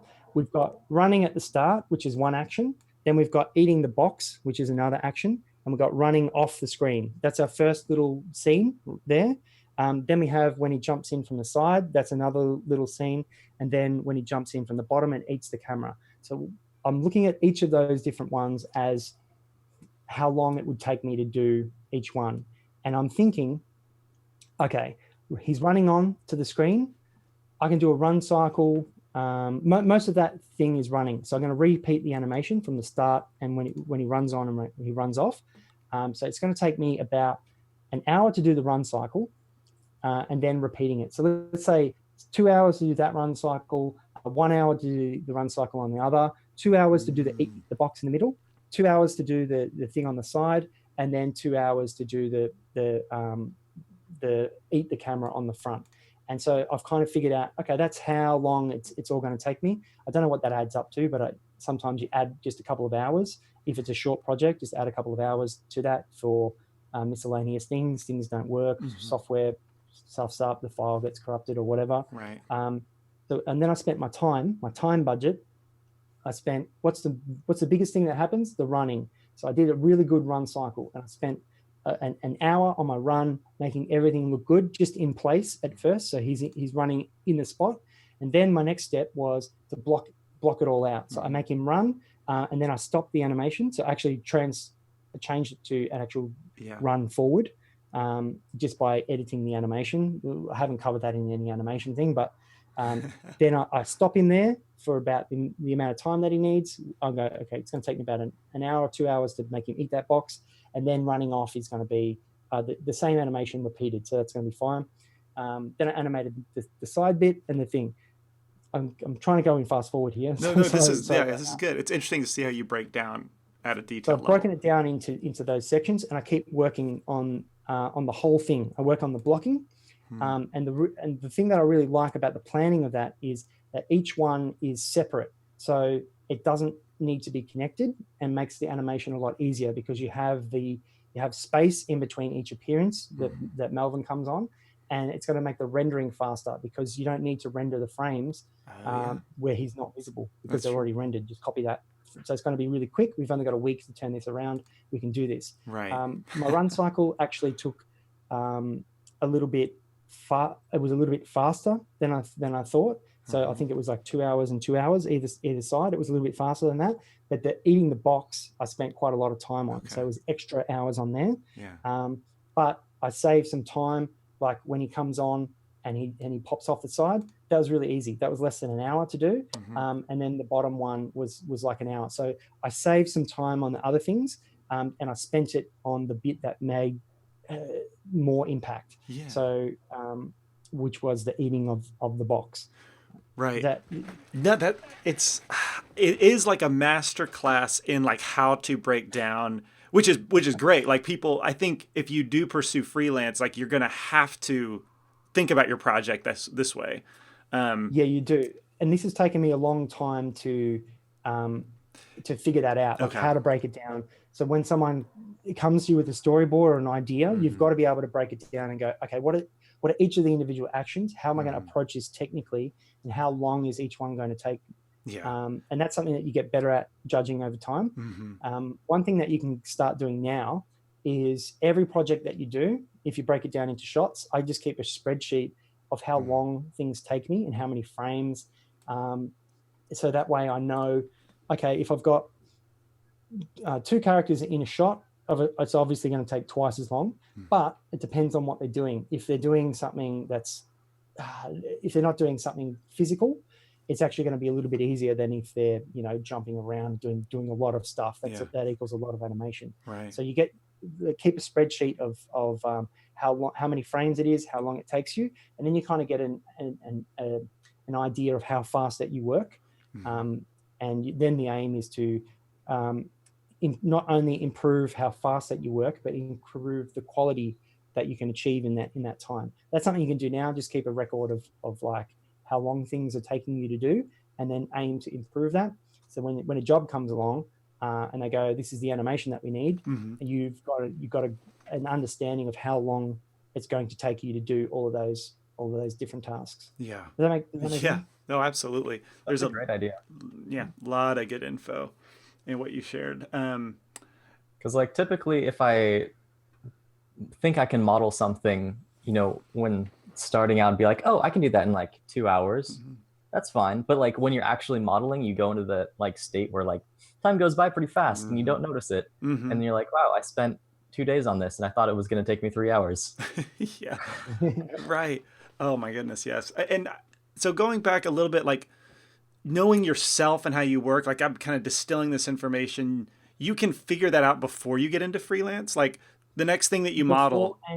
Before and during, like, definitely during. Like most of this stuff has happened through time. Like all the projects that I've worked on, like each shot gets broken down, and because you have to record your time often, even if you're doing a price. Oh, we haven't talked about the types of pricing that you can do. You can do per hour. You can do like a half day or a full day, or you can do like a project-based fee. Now, in most of the work that I've done, actually no, probably half and half. Half is per hour, and the other half is per project. It's like, which is I kind of find is happening more often because people come to you, they want to know what the cost is. They want to know what the cost is. They don't care about all the other stuff. Shut up, Wayne. Stop talking. Just tell me how much it's going to be. Yeah. And that's a question that you don't often know until you start. Oh wow, I totally misjudged this. So it's a good idea to keep track of that now, so you kind of get a more accurate representation of what your guesses are going to be. Like you guess it's going to take 15 hours, but you did it in 13. Oh, one more thing that I should have mentioned then is in that time budget, I left a little bit at the end for polishing. So I aim to get everything to a quality that I was happy with within that time. And then I show Kent and I show Wes and stuff. And they're like, great, this is approved. I think Kent had some notes on how that each should change, but I've left some time in the budget so that I can go and do any fixes. Mm-hmm. Now, they're not going to be major fixes like, can you model a butterfly? Can you rig a butterfly? Can you add a butterfly? Right. Can you make a butterfly? Eats the butterfly, and then Melvin metamorphosizes into a butterfly after going through the chrysalis stage. Happen, but it might be, oh, hey, can you tweak this? Can you tweak this thing or whatever? Yeah, of course I can edit that. And then I've got some time left over in my budget to make any other frame that sticks out to me. Look, that could use a little bit of polish. Mm-hmm. I've got time in the budget to do that. I just go, whoop, there we go, fix Yeah. the hand there, or make him blink. Great. Yeah. Oh, absolutely. Yeah, the project rate, that's something we definitely need to talk about. So I find that project rate is definitely more common, but does put the artist at risk more. Would you agree with that? Yes. Yeah. Yep. Lampel, what's your experience with the project rate versus hourly? I've not been able to do hourly very often. No one likes to accept that. I don't think I've ever had a hourly. It's something that's like purely hourly, Mm-hmm. Unless it's like really a consistent thing that I'm going to be doing for like a long time. Yeah. If it's a single project, then it's always project based, as far as I've been able to find. Yeah. Hourly sounds nice, but right. Yeah. I mean, you try. I guess because if it's hourly, like there was someone asked. Omar, I think you said, like, what if they asked to put in a butterfly? If it's hourly, I'm like, okay, we didn't talk about that, but like, it'll take me this amount of hours and I'll do that for you. But because you're paying me hourly, so my time is absolutely compensated for. Whereas in a project rate, like you said, I could think it would take 3 hours to model this thing and then I lose track of time and it's taken you 2 days, for example. In the project rate, you get paid whether that took you 3 hours or it took you 2 days, and rarely do you finish something faster than you expected. Has that ever happened for you guys? It's happened one time for me. Finishing faster. Yeah. Well, yeah, little bits, Uh-huh. like, but not the whole thing is finished faster. Okay. But like the little section of it, you go, oh, well, that was a lot easier than I thought. Mm-hmm. But then on the flip side, something that you thought would be quite easy is always a lot harder. Yes. So it's like, yeah, it always gets blown. Yeah. It always gets blown out. Completely. Now, I think getting back onto, blowing out your budget, and it's like, if it's a project-based fee and you're working all this overtime to kind of get it done, Mm-hmm. depending on your relationship with the client, Mm. it may or may not be okay to go and ask for more money. Like I have asked for more money from CG Cookie when we've switched to project-based fees. Mm-hmm. It's like, sometimes I undercalculate what's going to take, and that's because I'm doing something that I haven't done before. Mm-hmm. Like to animate, I know exactly how long it's going to take me to animate things. It's like, okay, you want that? It's probably going to take me about this long, give or take, within the ballpark. Mm-hmm. But when it's like producing a course where I'm recording tutorials and recording them again because I stuffed it up and things are going wrong, something that I haven't done before, I can't accurately judge how long it's going to take. Right. So when my time has blown out, I have gone to CG Cookie because our relationship is good, and I've gone, sorry, like it's taken me ages, and they're like, oh, sorry about that, and they have given me a bit more money because they're good people. But it depends. Not all people are going to be good people. That's true. You might just have to suck it up if you. Right. Yeah. I think talking to you, what I'm learning about you is you give me hope, because like for a freelance career to me is like a fallback. So, I've mentioned like CG Cookie just gone under. We would do nothing to let that happen. Just, we've had some people say that would be a horrifying thought. And we are putting every bit of ourselves into ensuring that will never be the case. But crap happens. And if it did, like, I have to start thinking about myself. And freelance scares me, like a full freelance career, because like I just think, like, how am I going to protect myself from all these bad people? How am I going to make money that is like worth my time and I'm not being taken advantage of? But hearing you talk, it gives me more hope that like there are good people out there, and you can develop good relationships to where when that kind of stuff happens, you can be like, hey, this took longer than I expected, and can we work out something? And I don't know, that's good to hear from you, doing this full time, that Yeah, I've not really heard that from anybody. So I've not really asked anybody either, but like I Well, you can appreciate that. there's no actually I was going to say there's no harm in asking, but Mm-hmm. sometimes there might be. You could offend Mm-hmm. someone, but it gets back to have a good relationship with your client, Mm-hmm. and then that way you're not afraid to ask. Yeah. Yeah. Yeah, for sure. We do have some questions that have been rolling in. So let's try and answer some of those. A question from Phil: other than exposure, what are some other payment pitfalls to be careful of? Animation specifically, I've seen jobs that pay per polished frame of animation. Is that a typical method? For polished front, yeah. See, that's one thing that I've seen now, like where they pay per time. It's Mm-hmm. like, oh, for 1 minute of animation is a certain amount of money. Huh. And I don't like that because it doesn't take into consideration what you're actually animating. You Oh know, you wow. could be animating 12 characters doing Yeah. something. Yeah, so I stay way clear of those jobs, Mm-hmm. and that's when I was trying to explain before about that person who came to me via email and Yeah. was asking all these questions. This is the stuff that I kind of told them. It's like I try and stay away from those people who promise you a rate per time, Mm-hmm. because you're going to get what quality are you going to get? Mm-hmm. You probably have to check their reel, Yeah. and for kind of clues on that. If Right. they've got a really crappy reel and it looks like it's something that you don't want your work to look like, don't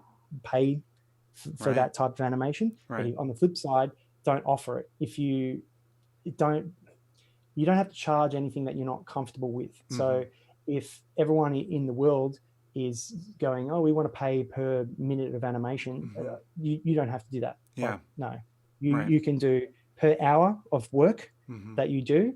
Half days are sometimes common, full days are more common, or project based things. And then you got to guess how long it's going to take. Mm-hmm. I would steer clear of doing a job that is, we are going to pay you whatever it is, $40 per frame, or it actually won't even be that much. It'll be, Right. yeah, whatever it is. We're going to pay you $300 for 1 minute of animation. Like, Right. no, Right. no, thanks. Yeah, I don't do animation freelance typically. Like I would have to really know the person to like do that. But so I've not been exposed to that like per polish. It blows my mind to think like how would I break down my workflow into that?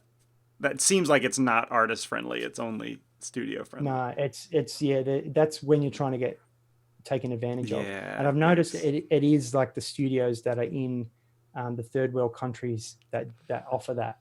So it is your Indian studios, or Yeah. some of the Asian country studios, where the cost of labor is next to nothing. So Yeah. they're like, oh, we'll charge you $500 for a minute of Mm-hmm. animation or whatever, and then they pay their workers like $1 an hour. There you Yeah. go and animate this. Right. Um, so the first part of the question, are there other pitfalls? I think I was trying to think through that. The only other one that I did not think of and put in the list of the slideshow is what Wayne already hit on, is when someone asks you for a job, and I've had this several times where they're like, what would it cost you to model this character? And I tell them and they're like, oh, but this guy is going to do it for $100. And like, when you hear that, you know you're probably not going to get the job. And so, but you can also think like, am I overcharging? Like, am I way out in left field and not worth this all of a sudden? And you can just like worry about that, I guess. And I think that's a pitfall because, like Wayne is saying, like there are reasons for that kind of stuff to either be possible. Also, you don't technically know that other person said that, but just to look out for that and not belittle your own value out of what someone else is telling you. Yeah, that's I think a very important point, Ken, is like you are worth what you are worth, Mm-hmm. and someone else is worth what they're worth. Yeah. So if someone wants to model that for $100, I would say to them, oh, cool, go and get them to model it for $100. But if you know it's going to take you a certain amount of time to do it, then you don't devalue your own work to fit their opinion of you. Mm-hmm. Like that's the wrong thing to do. One thing that I have noticed, which I learned quite recently actually, was there are your rate can change varied on where you're doing the work. So the rate that I charge is actually, I got offered a job to work in the place in Sydney. Mm-hmm. I can't talk about what it was, but it didn't work out where it's like they wanted something different than what I can provide. Right. But I had to go through the whole contract non-disclosure, like sign an agreement to say I wasn't going to tell anyone what it is and whatever, and then they can show me what it is. And it's like, I can't do that.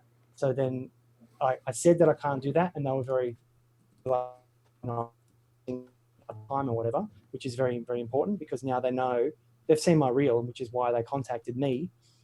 So that if there's any animation work coming up, like actual animation work and not this thing that wasn't quite animation, they will contact me, because I technically saved them thousands of dollars because I didn't waste their time.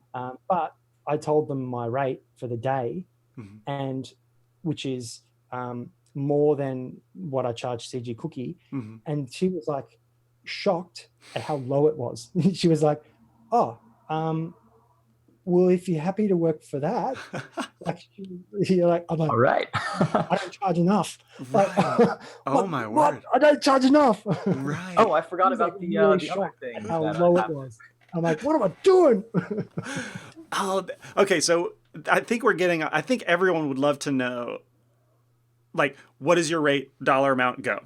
You know, we're not going to do that, but like, how can we have that conversation and offer advice on, like, you know, when you're saying like you're worth what you're worth? I do find it hard to, and only recently I was told by fellow CG artists that I told my rate, that they laughed at me. So like, was that Matthew? yeah, okay. So you were in that conversation, and so like that was several years of doing freelance and not really knowing like what's some practical advice without like revealing that kind of stuff explicitly. Like, how can people dial in a rate that is worthy of them? Do you have any advice on that? I think it's very difficult. Like, it depends on where you are geographically, because of the cost of living. Right. Like, I live in Sydney. The cost of living is ridiculous. Okay. So everyone gets paid more, but they spend more Right. money. Right. So I actually have to earn more to live, if you know what I mean. Right. Cost of living, of course, you know what I mean. So when I started freelance, I charged the rate that I was working my day job at. Okay. That's where I started. It has gone up a little bit, but now I've realized just more recently, I'm going to charge different rates depending on what that country affords. Like, I've done some work for clients in Israel, and they're always trying to negotiate down and lower, and they're like, whoa, it's super expensive. Whoa, it's crazy. So now what I'm going to, actually, hopefully they're not listening, but what I'm going to do is, if I want to get paid this much money for that job, I'm going to say here, because they always want to negotiate me down. Right. If they negotiate me down to the rate that I wanted, they're happy, I'm happy. So that's what I'm going to start doing. Yeah. Okay. Learning these little tips and tricks. But I think that's really a good way to start. Like, most people have done a job that's not CG. Like, I worked little jobs and stuff here and there that weren't CG, and so that gave me a starting point to at least be making that. You know, but like, I think, would you guys agree that computer graphics is way more specialized than a lot of the like typical day job stuff, and therefore it should be a little higher? Is that safe to say? Sure. I think it depends on skill. Okay. So almost exactly what you're saying. Like, I think there are a lot of people who, they've got the skills, but they're very slow. I think if you are fast, you should be charging more money. Because, okay, with experience, it comes speed, right? So if you're staying on the same rate and you're doing the same amount of work at a higher quality, you should be charging more money for that. And that's something that I've not been good at, is raising my rate as I've gotten better with my experience. But then you also want to take care of the clients that you have and that you like. So you don't want to raise your rate on someone that you like to work for, because then they won't get you back. You really like working for them. But someone new comes along, you go, raise your rate. They don't know that you've raised your rate. So that's I just lost my train of thought. No, that's good. I hope that's helpful. That has been a trick for me, because that's not an openly discussed thing, and I had to be laughed at recently to realize, like, okay, maybe I should raise the rate. I remember that exact conversation, and we were all talking about it, and Matthew was like, dude, you can charge so much more. And like, I didn't know that either. So I was like, oh, wow. Right. And so since then, if I find like a new person that I like haven't worked with before and they're wondering how much I charge, every single job I do, I always bump it up whatever was more than the last one. Yeah. And if they say no, then all right, that's fine. Right. I would say if everyone says no. Oh, go ahead. Sorry, Kent, go ahead. I was just going to say, if everyone says no for like the period of a year or something, could you then maybe take that to mean maybe it's too high? That's not happened to me. Sure. But yeah. Okay, what were you going to say, Wayne? I forgot now. It doesn't matter. Man, I'm sorry. It's going to be gold. Right.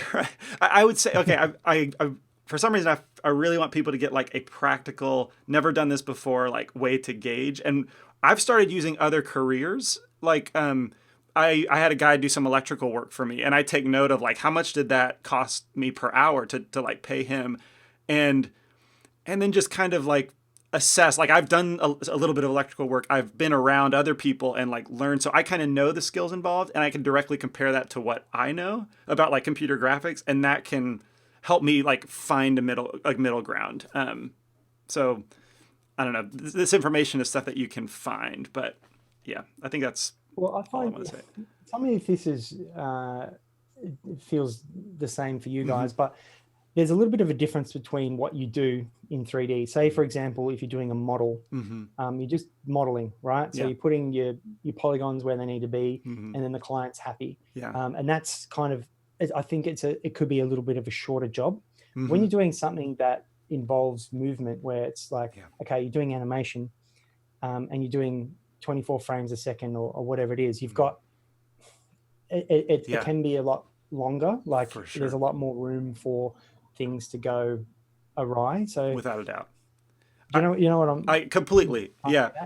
I feel like in my recent workshop, it's a principle I put out there. Like, animation is what starts to separate like the men from the boys, like in the whole pipeline sense, that context of making things move, the complexity ratchets up. So yeah, to that point, for sure. I haven't personally had like a strict modeling freelance job ever, I don't think. Like, everything that I get is either model and texture most often, and shade. So like, as soon as we leave, and like the modeling plus sculpting plus retopology gets a little more complex, but like when we start texturing and getting shading quality, that's when I find it gets more complex. I wouldn't say it's my wheelhouse, so I wouldn't say it's more complex than animation. Definitely not more. It's probably much less, but it does get more complex in that sense. But yeah, so I think because it's a shorter, like the end journey is a lot closer than it could be for an animation job. Yeah. You can charge, I think, more for that because, it took me a little bit longer. It's not going to take you weeks longer. Yeah. It might take you a day longer than you thought, because you can get a lot done in a day. Especially if you can't, I don't know how many arms you got. You're probably hiding a couple there, but you've got extra arms to do all the work you do. But animation, if something goes awry, it can blow out like the length by weeks rather than, it's just an extra half day or whatever. It's like ages. So I find that people aren't happy to pay per hour on like a higher rate because it's a longer job. They kind of want it shorter, like lower cost is kind of what I'm saying. You can't charge as much if the job goes longer. Yeah. Okay. Wow. That makes, man. Kind of glad I've never done animation freelance. But have you, like, there are those online rate, you see them everywhere. It's like, how much should I charge for a freelancer? And you type in all your numbers and stuff like that, how many days a week that you're willing to work, because you are not working 9 to 5, like 40 hours a week or whatever it is in the States. You have to charge for the time that you're not working as well. It's because you need to be a viable business. Right. So you have to charge more than someone who's working at a day job. So I started at my rate of, this is my day job rate, actual my day job, and then I added some to that because you're not going to be working 40 Yeah. hours a week Yeah. every week for 52 weeks of the year. If you know what I mean. Right. Oh, interesting. Also, don't forget taxes. Yes. Taxes. Okay. That Yeah. is, I don't know what it's like in Australia, but it's a sizable bump here that gets cut off the top. Yeah. So Yeah, I mean, they add 25%. Mm-hmm. 25%. It's quite a lot.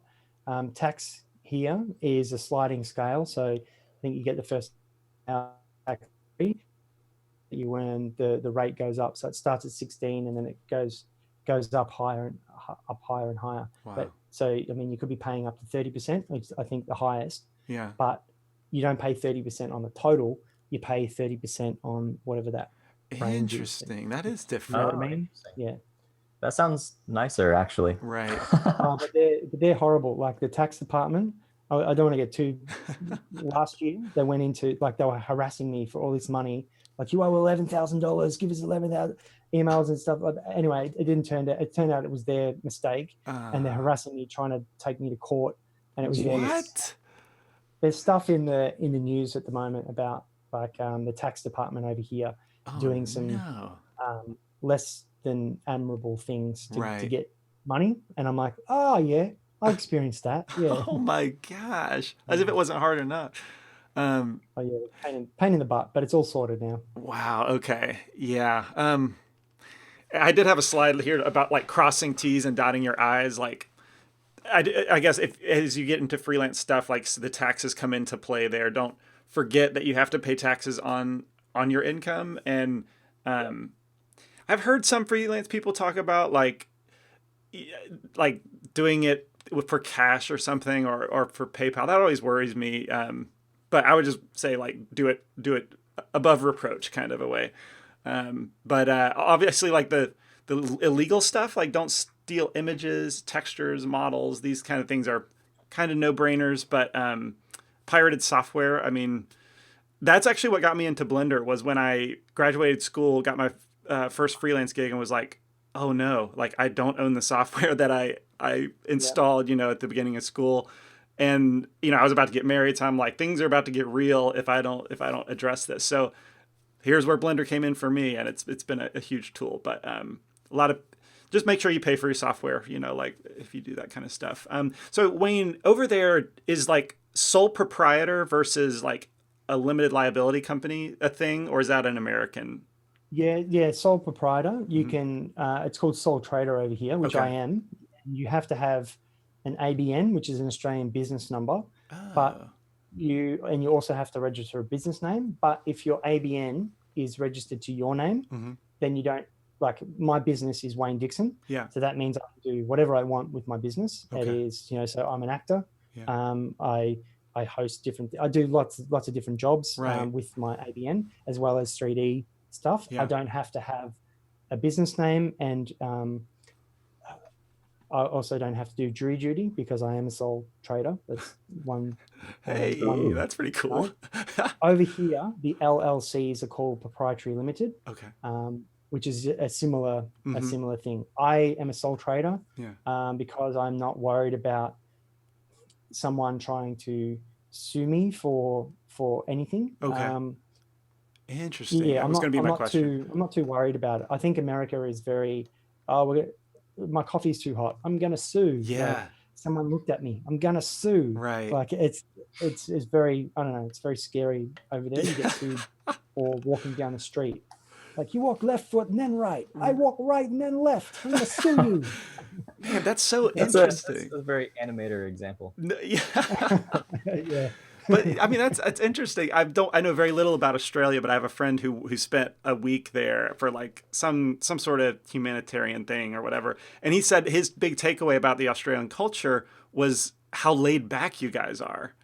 And maybe hearing you say that took me back there. But here, yeah, like, and some of my notes in this presentation have been kind of American in that sense, where like, look out for yourself, like that's a big key that I keep hitting, whereas you're more like, people can be a lot cooler than that. Don't worry, it's all good. And that's so interesting to get. But like the sole proprietor, that's how I work as well. I like the idea of the LLC for the protection, especially when I was, thinking I had some like pirated software that I used way back in the day. But so you're just simply not worried about. Well, I'm not worried because I'm not worried about what, like, I'm doing animation and I'm doing rigging. Yeah. And then mainly like for companies, like videos overseas. Oh, can you animate this thing? We're doing it for a client. So that's where I kind of focus more of my time now, rather than getting the actual full job of like, I will produce that video for you. I'm getting the jobs where we need some animation for a client that we have. Yeah. Like, can you do that animation for that client? Yes, I can. So it's kind of like a subcontract position. Okay. Oh, sorry. What was the thing that you just said? You just simply weren't worried about being sued, and that's why. I'm not worried. Yeah, so I'm not worried about getting sued because they're not going to. What are they going to sue me for? Right. Oh, that animation is offensive. Like no one can sue you for that. Right. So I'm not worried about that. But over here, everyone knows. If I was doing something where I was selling some things like Andrew Price and his Polygon, as well as his Blender Guru thing, he's got his proprietary limited company set up, and that's a smart way to go because he is selling assets that are like he's got all these textures and photos and things like that, which someone could come and try and sue him and go, well, you've used that texture in my thing. You owe me money for that. But I think I'm relatively safe in my area, so I'm not too worried about that. Huh? Yeah, no, that's a good perspective. Yeah, I really like your different cultural perspective. I love it. I am very different. Yes, that's often said about. I just like being exposed to different ideas. I can live in this bubble of like, this is the way it is, the American thing. But all right, so we've got, I think, a fair amount of questions. Let's try and run through those. I did not honestly expect this to take an hour, this stream to take an hour. I know it would take forever, man. But we're coming up on. I got some things. I got some more things to say. Hey. Yeah. Okay. I do. I have just some things about getting payment, like money and stuff like that. PayPal is the most convenient, but they take the biggest cut. They hide what they take because they give you a really shitty, a really bad conversion rate for your money transfer, as well as hidden fees. So they take quite a lot of the money, but it is quite easy. So if you want to get clients to pay you quick and easy way, you can use PayPal. If you're doing jobs for people on a longer term basis, there's this company, I'm not sure if it's available for everyone, but it's called Currency Fair. And basically it is a money exchange thing where they give you a better rate. It's only for transaction fee versus, like, so if you're getting a job worth more than I'd say about $1,000, you're better off to use Currency Fair because you're going to get a lot more of money back for actual in your pocket. But if you're doing a job smaller than that, just use PayPal or whatever. Okay. So Currency Fair is a little bit annoying where you have to set up the bank because it's a bank-to-bank transfer. So you have to actually get the details of the bank where the money is coming from. Right. So you need to have a good relationship with your client first to go, hey, I need your bank details because I need to tell these people, and then when they transfer the money, it's going to match and you get the money. Yeah. So you only have to do that once, and once it's set up, then it's just pay this account and the money goes in. Right. But I think it's a good idea if you're doing a job that's worth a lot of money, getting a good transfer rate because PayPal, they've taken so much money from me, man. Oh man. That's okay. a bummer. That's a really good piece of advice. Okay. So try and look for a bank, like an actual bank-to-bank international transaction. Right.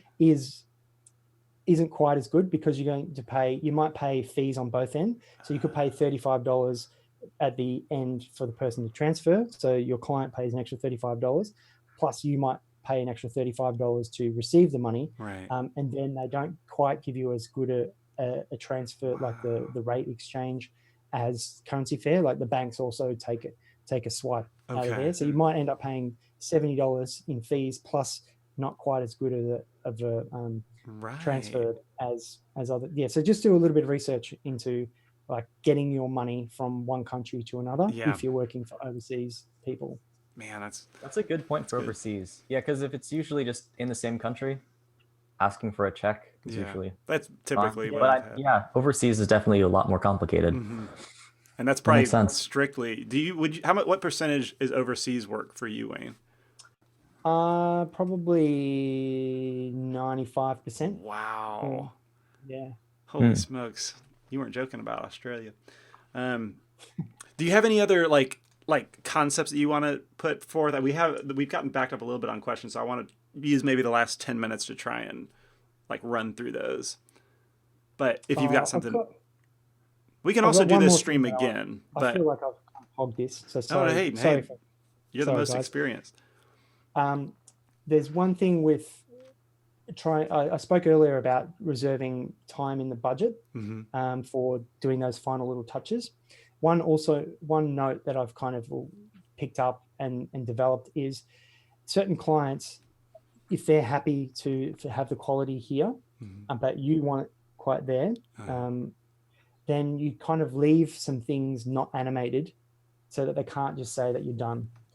Because I know if I'm going to show some blocking to certain people, they're going to go, oh, that's great, cool, thanks a lot, and see you later. Like, here's your money, thanks a lot. But I'm not happy to put my name to that, right? So I leave a few things that are clearly not animated yet.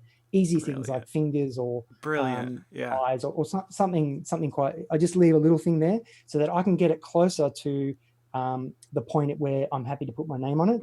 And then when they go, yep, that's cool, I just do those final little touches and we're done. Because I know if I do those things beforehand, they're going to go, yep, cool, that's great. And the quality is going to be here. And it's like, well, I can't put my name on that. What's going on? So that's one little trick that I've learned, but don't like take the piss. Is that a phrase over there in the States? I don't think so. What is that? Like, okay, take the piss means like, don't take advantage. Oh, sure. Okay. Of them and go, oh, well, I need it to be up here and just keep working and working. Like you just want to keep some level of quality assurance. Yeah, absolutely. So I've had the thought a lot, and this is more, rather than animation, more like modeling, shading, texturing kind of stuff, where I feel, and I have this theory, every like art director or supervisor in a managerial role in the pipeline, I feel like, in my experience, if they're not giving notes, they're worthless. And so like they're pointless to the whole pipeline. So therefore they always have notes, and they, pixel push it to death, and it drives me crazy. And I've had the thought, I can't recall if I've ever actually acted on it, but to avoid that, like leave in a mistake that is a mistake, if nothing else, just so that you don't feel like you're giving them this is perfect. I'm so proud of this. Here it is. Here's this gift, and they just knock it down with pixel pushing. If I know something's wrong, then like, I don't know, it kind of helps that psychologically, but also makes them maybe. It might be the same thing that you're saying. You're leaving something in there, so they're going to focus in on that, and not nitpick anything else. Like, oh, actually, you've got 37 eyelashes, and I think we need 53 that eyelashes. That stuff is so common. Oh my gosh, yes. That's awesome advice. We probably should do this stream again. I feel like I could rework the presentation to be a little better. But anyway, if you're cool, let's run through these questions. I think they're pretty good ones. It seems like people are interested in some of these details. But so Omar asks, is it better to work on at a studio with working hours but secure monthly payments, or freelance where you're the owner of your time but payment is what you make yourself? Did that make sense to you guys? I think it's like studio. Totally personal choice. Yeah. I completely agree. I would say there's personality involved. Like my mother's a chronic worrier, and I have elements of that. And so there's a sense of security being at a studio. Like, for example, like CG Cookie, there's a security with that compared to like if I was by myself freelance. That would be my second choice to do the freelance stuff. But like for Wayne, I think you've expressed like it's totally up your alley way more to do the freelance stuff. Yeah. I get bored is not the right. Maybe it is. I get bored quite easily just doing the same thing over and over. Yeah. Like it's one of my goals to yeah, go and work on a feature film, maybe in Animal Logic down the road or whatever. Right. But I don't want to work. I'll work for one film or two films or something like that. I don't want to work as a career in a studio going to the same place, because that's not me. Like I can't do that every day. Yeah. And to your point, like that's why I left. That was a big part of why I left Real Effects. It did get very monotonous, and yeah, and that was a problem with being at the studio. And I did feel like I remember the term like hit me like a ton of bricks, a digital etch-a-sketch, and the director just twiddles your knobs and you do whatever he says. Like that was very soul sucking to a degree. But I don't know, maybe if I worked on Lord of the Rings and it was Peter Jackson twiddling my knobs, like that would be worth it maybe. You'd be all right with that. Yeah. In theory, I suppose so. But okay, cool. So a question from Tijani: what are the ranges of payment specifically for props and environments? Lampel, that's probably more in your wheelhouse. Do you have any insight into like? I'm wondering if he's asking what are the ranges of payment, like how much how much you should charge for that? Maybe, or like I would think more like how you break it down. I don't know. There maybe needs to be. Sorry, you asked that question. Oh my gosh, you asked that question an hour ago. A while ago. I guess my quick answer would just be it's the same as anything else. It's just you're breaking it down piece by piece, like Wayne said, and you try to figure out how much it's going to take you to make those pieces and charge per hour, but then lump it all into one project cost at the end. Yeah, one quick tip that I wanted to mention is like if to learn yourself and how you work, and are you a fast artist, are you slow, like you can in your personal projects like keep track of your time and know how long stuff takes you.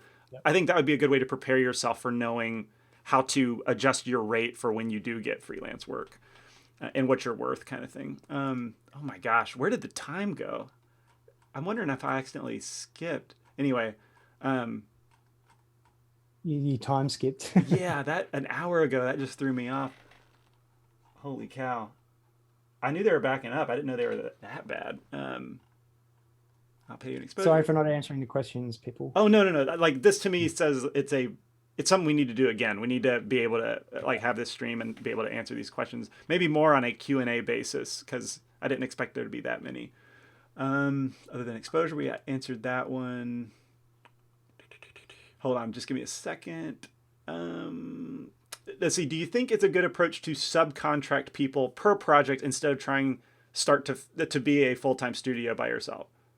Wait, is that what he's asking? Yeah, I think so. I would recommend that. Actually, not at first. I would. That's a tough question. I think if you that's a good way to start. So then you can, but you got to understand that you're probably not doing as much of the stuff that you want to do. You're going to be doing a little bit of managerial things as well as like admin stuff. So if you've got a good network, then you can hire some people in your network that are good at that. So be friends with everyone. So be friends with all the other CG cookie people, because you might be hiring them one day, or they might be hiring you. But yeah, I would suggest starting with what you're good at. Start with what you're good at. So if you're modeling, be a modeler. If you're an animator, be an animator. It's hard to do the whole studio thing, and I've tried it a little bit here and there. In fact, I don't know. I think I'm now narrowed down into this is what I do. I don't want to do the other stuff. Is hard.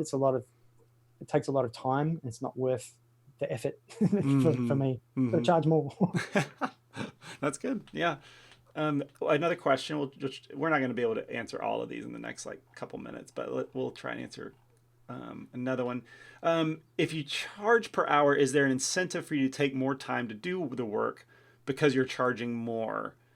That comes down to a little bit of an ethical question. For me, that's never been the case, because I do freelance in my spare time, and the faster I get it done, the more time I have to be with my family or do other things that I want to do. So there's always an incentive to do things faster.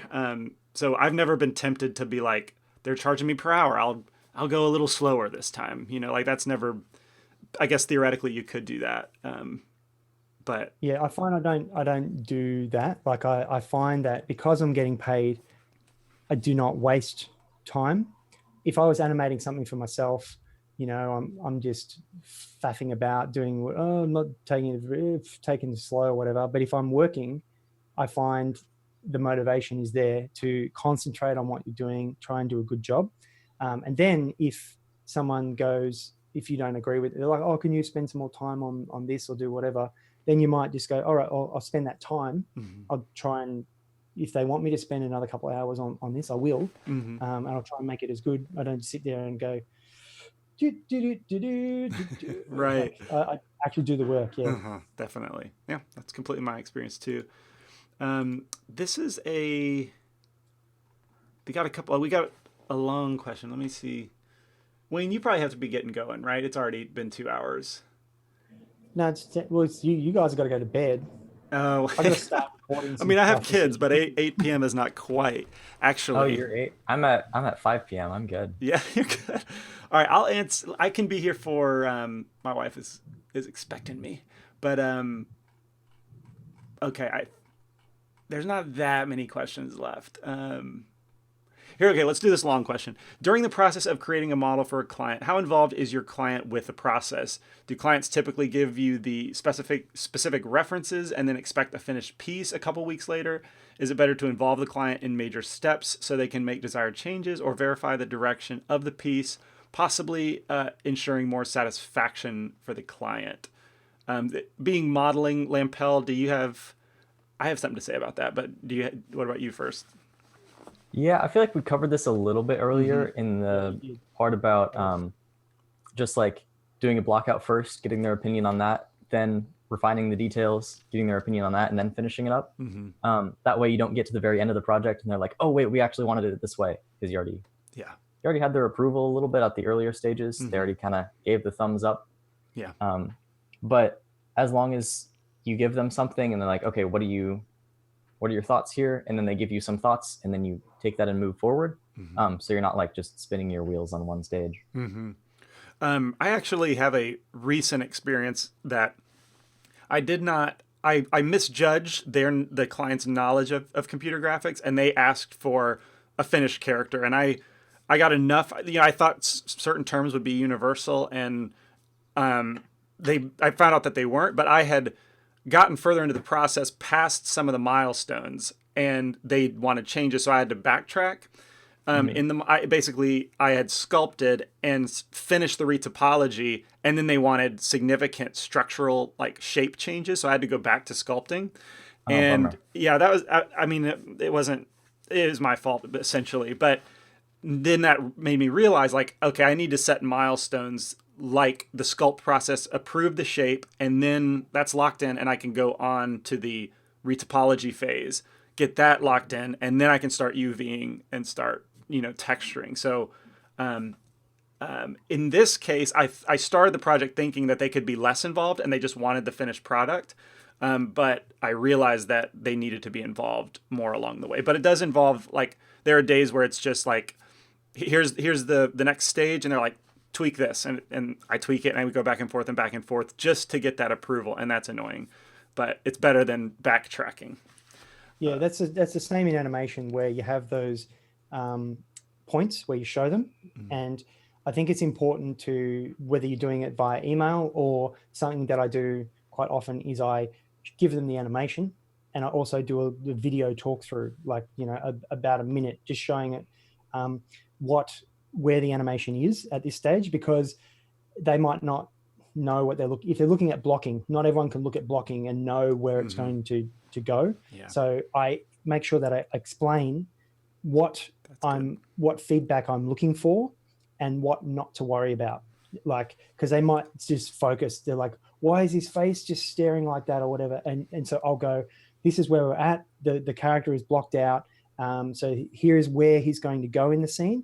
The general timing, but don't worry too much if you want him to spend a little bit longer here or longer there. This is just a general action. Do not worry about the face or the hands or anything else. none of that is animated, it will be animated later on. So you tell them what the next stages is. So tell them where you're at, what feedback that you're after, and then what to ignore. So they might be looking at it going, oh, freaking out, this looks horrible. But you just let them know, just don't worry about that yet. We're not at that stage yet. Yeah, that's good. Yeah, totally relevant for modeling too. Understanding what the client knows can be a real trick in my experience. That's why having a Skype chat at least once, you can kind of gauge their level of what they understand about terminology. And, so could you be throwing terms like blocking at them? Do they understand what that means? Or do you have to go, this is the early preliminary stages of the animation. It will look better than this. Yeah. One last question from Greg, and I think this one's a good one. For someone starting out in freelancing, what would you say are the minimum tools and equipment besides skills a person should have? For example, computer, Skype, video conferencing, payment accounts like maybe Bitcoin or PayPal. So the way I wanted to answer this was like, the beautiful part of freelance is if you do computer graphics, you kind of have all the stuff needed to do freelancing, aside from like signing up for PayPal if you don't have it, or the currency fair, which I looked into, and while you mentioned it, it seems pretty cool. But there's not. Yeah, that won't be the only one, but they're the ones that work for the country that I'm in. So do a bit of research. Yeah. Right. Yeah. Do some research. You have access to the internet. Like you kind of have the tools already, which makes freelancing pretty nice. Like the slide I have now, freelance can be awesome, and we've talked about why. But the only thing I ever did for my freelance tool set was I did build a personal render farm to be able to like offer final renders, like rendered animations, because that wouldn't have been very practical on my one machine. But that was the only thing I kind of splurged on. Sure, but that's definitely not like minimal. Yeah. Oh yeah, sure. Yeah, that's not minimal at all. If you can. Yeah, so I don't do any rendering, so I don't have a rendering farm. Yeah. So I think he answered all the. He has all the things already. Yeah, that was. Yeah. Okay, I think that's going to be all the time. I did not know it would take this much time, but I think it's definitely a topic we should revisit and talk more about. Given the amount of questions, it seems like we could set aside time to do that kind of thing. But thank you guys for being here. Thank you for participating. I had a lot of fun talking about that. I mean, I literally learned a lot from you, Wayne, about like, oh yeah, I spoke a lot. So sorry if I. No, that was super helpful. Yeah, for sure. It was helpful, then yeah. Cool. Yeah, you gave me some great ideas. Yeah, absolutely. Lampel, thank you, sir. Always a pleasure having you on. And so we'll sign off with that. Thank you guys, and have a good rest of your Tuesday, Wednesday, whatever you are. See ya.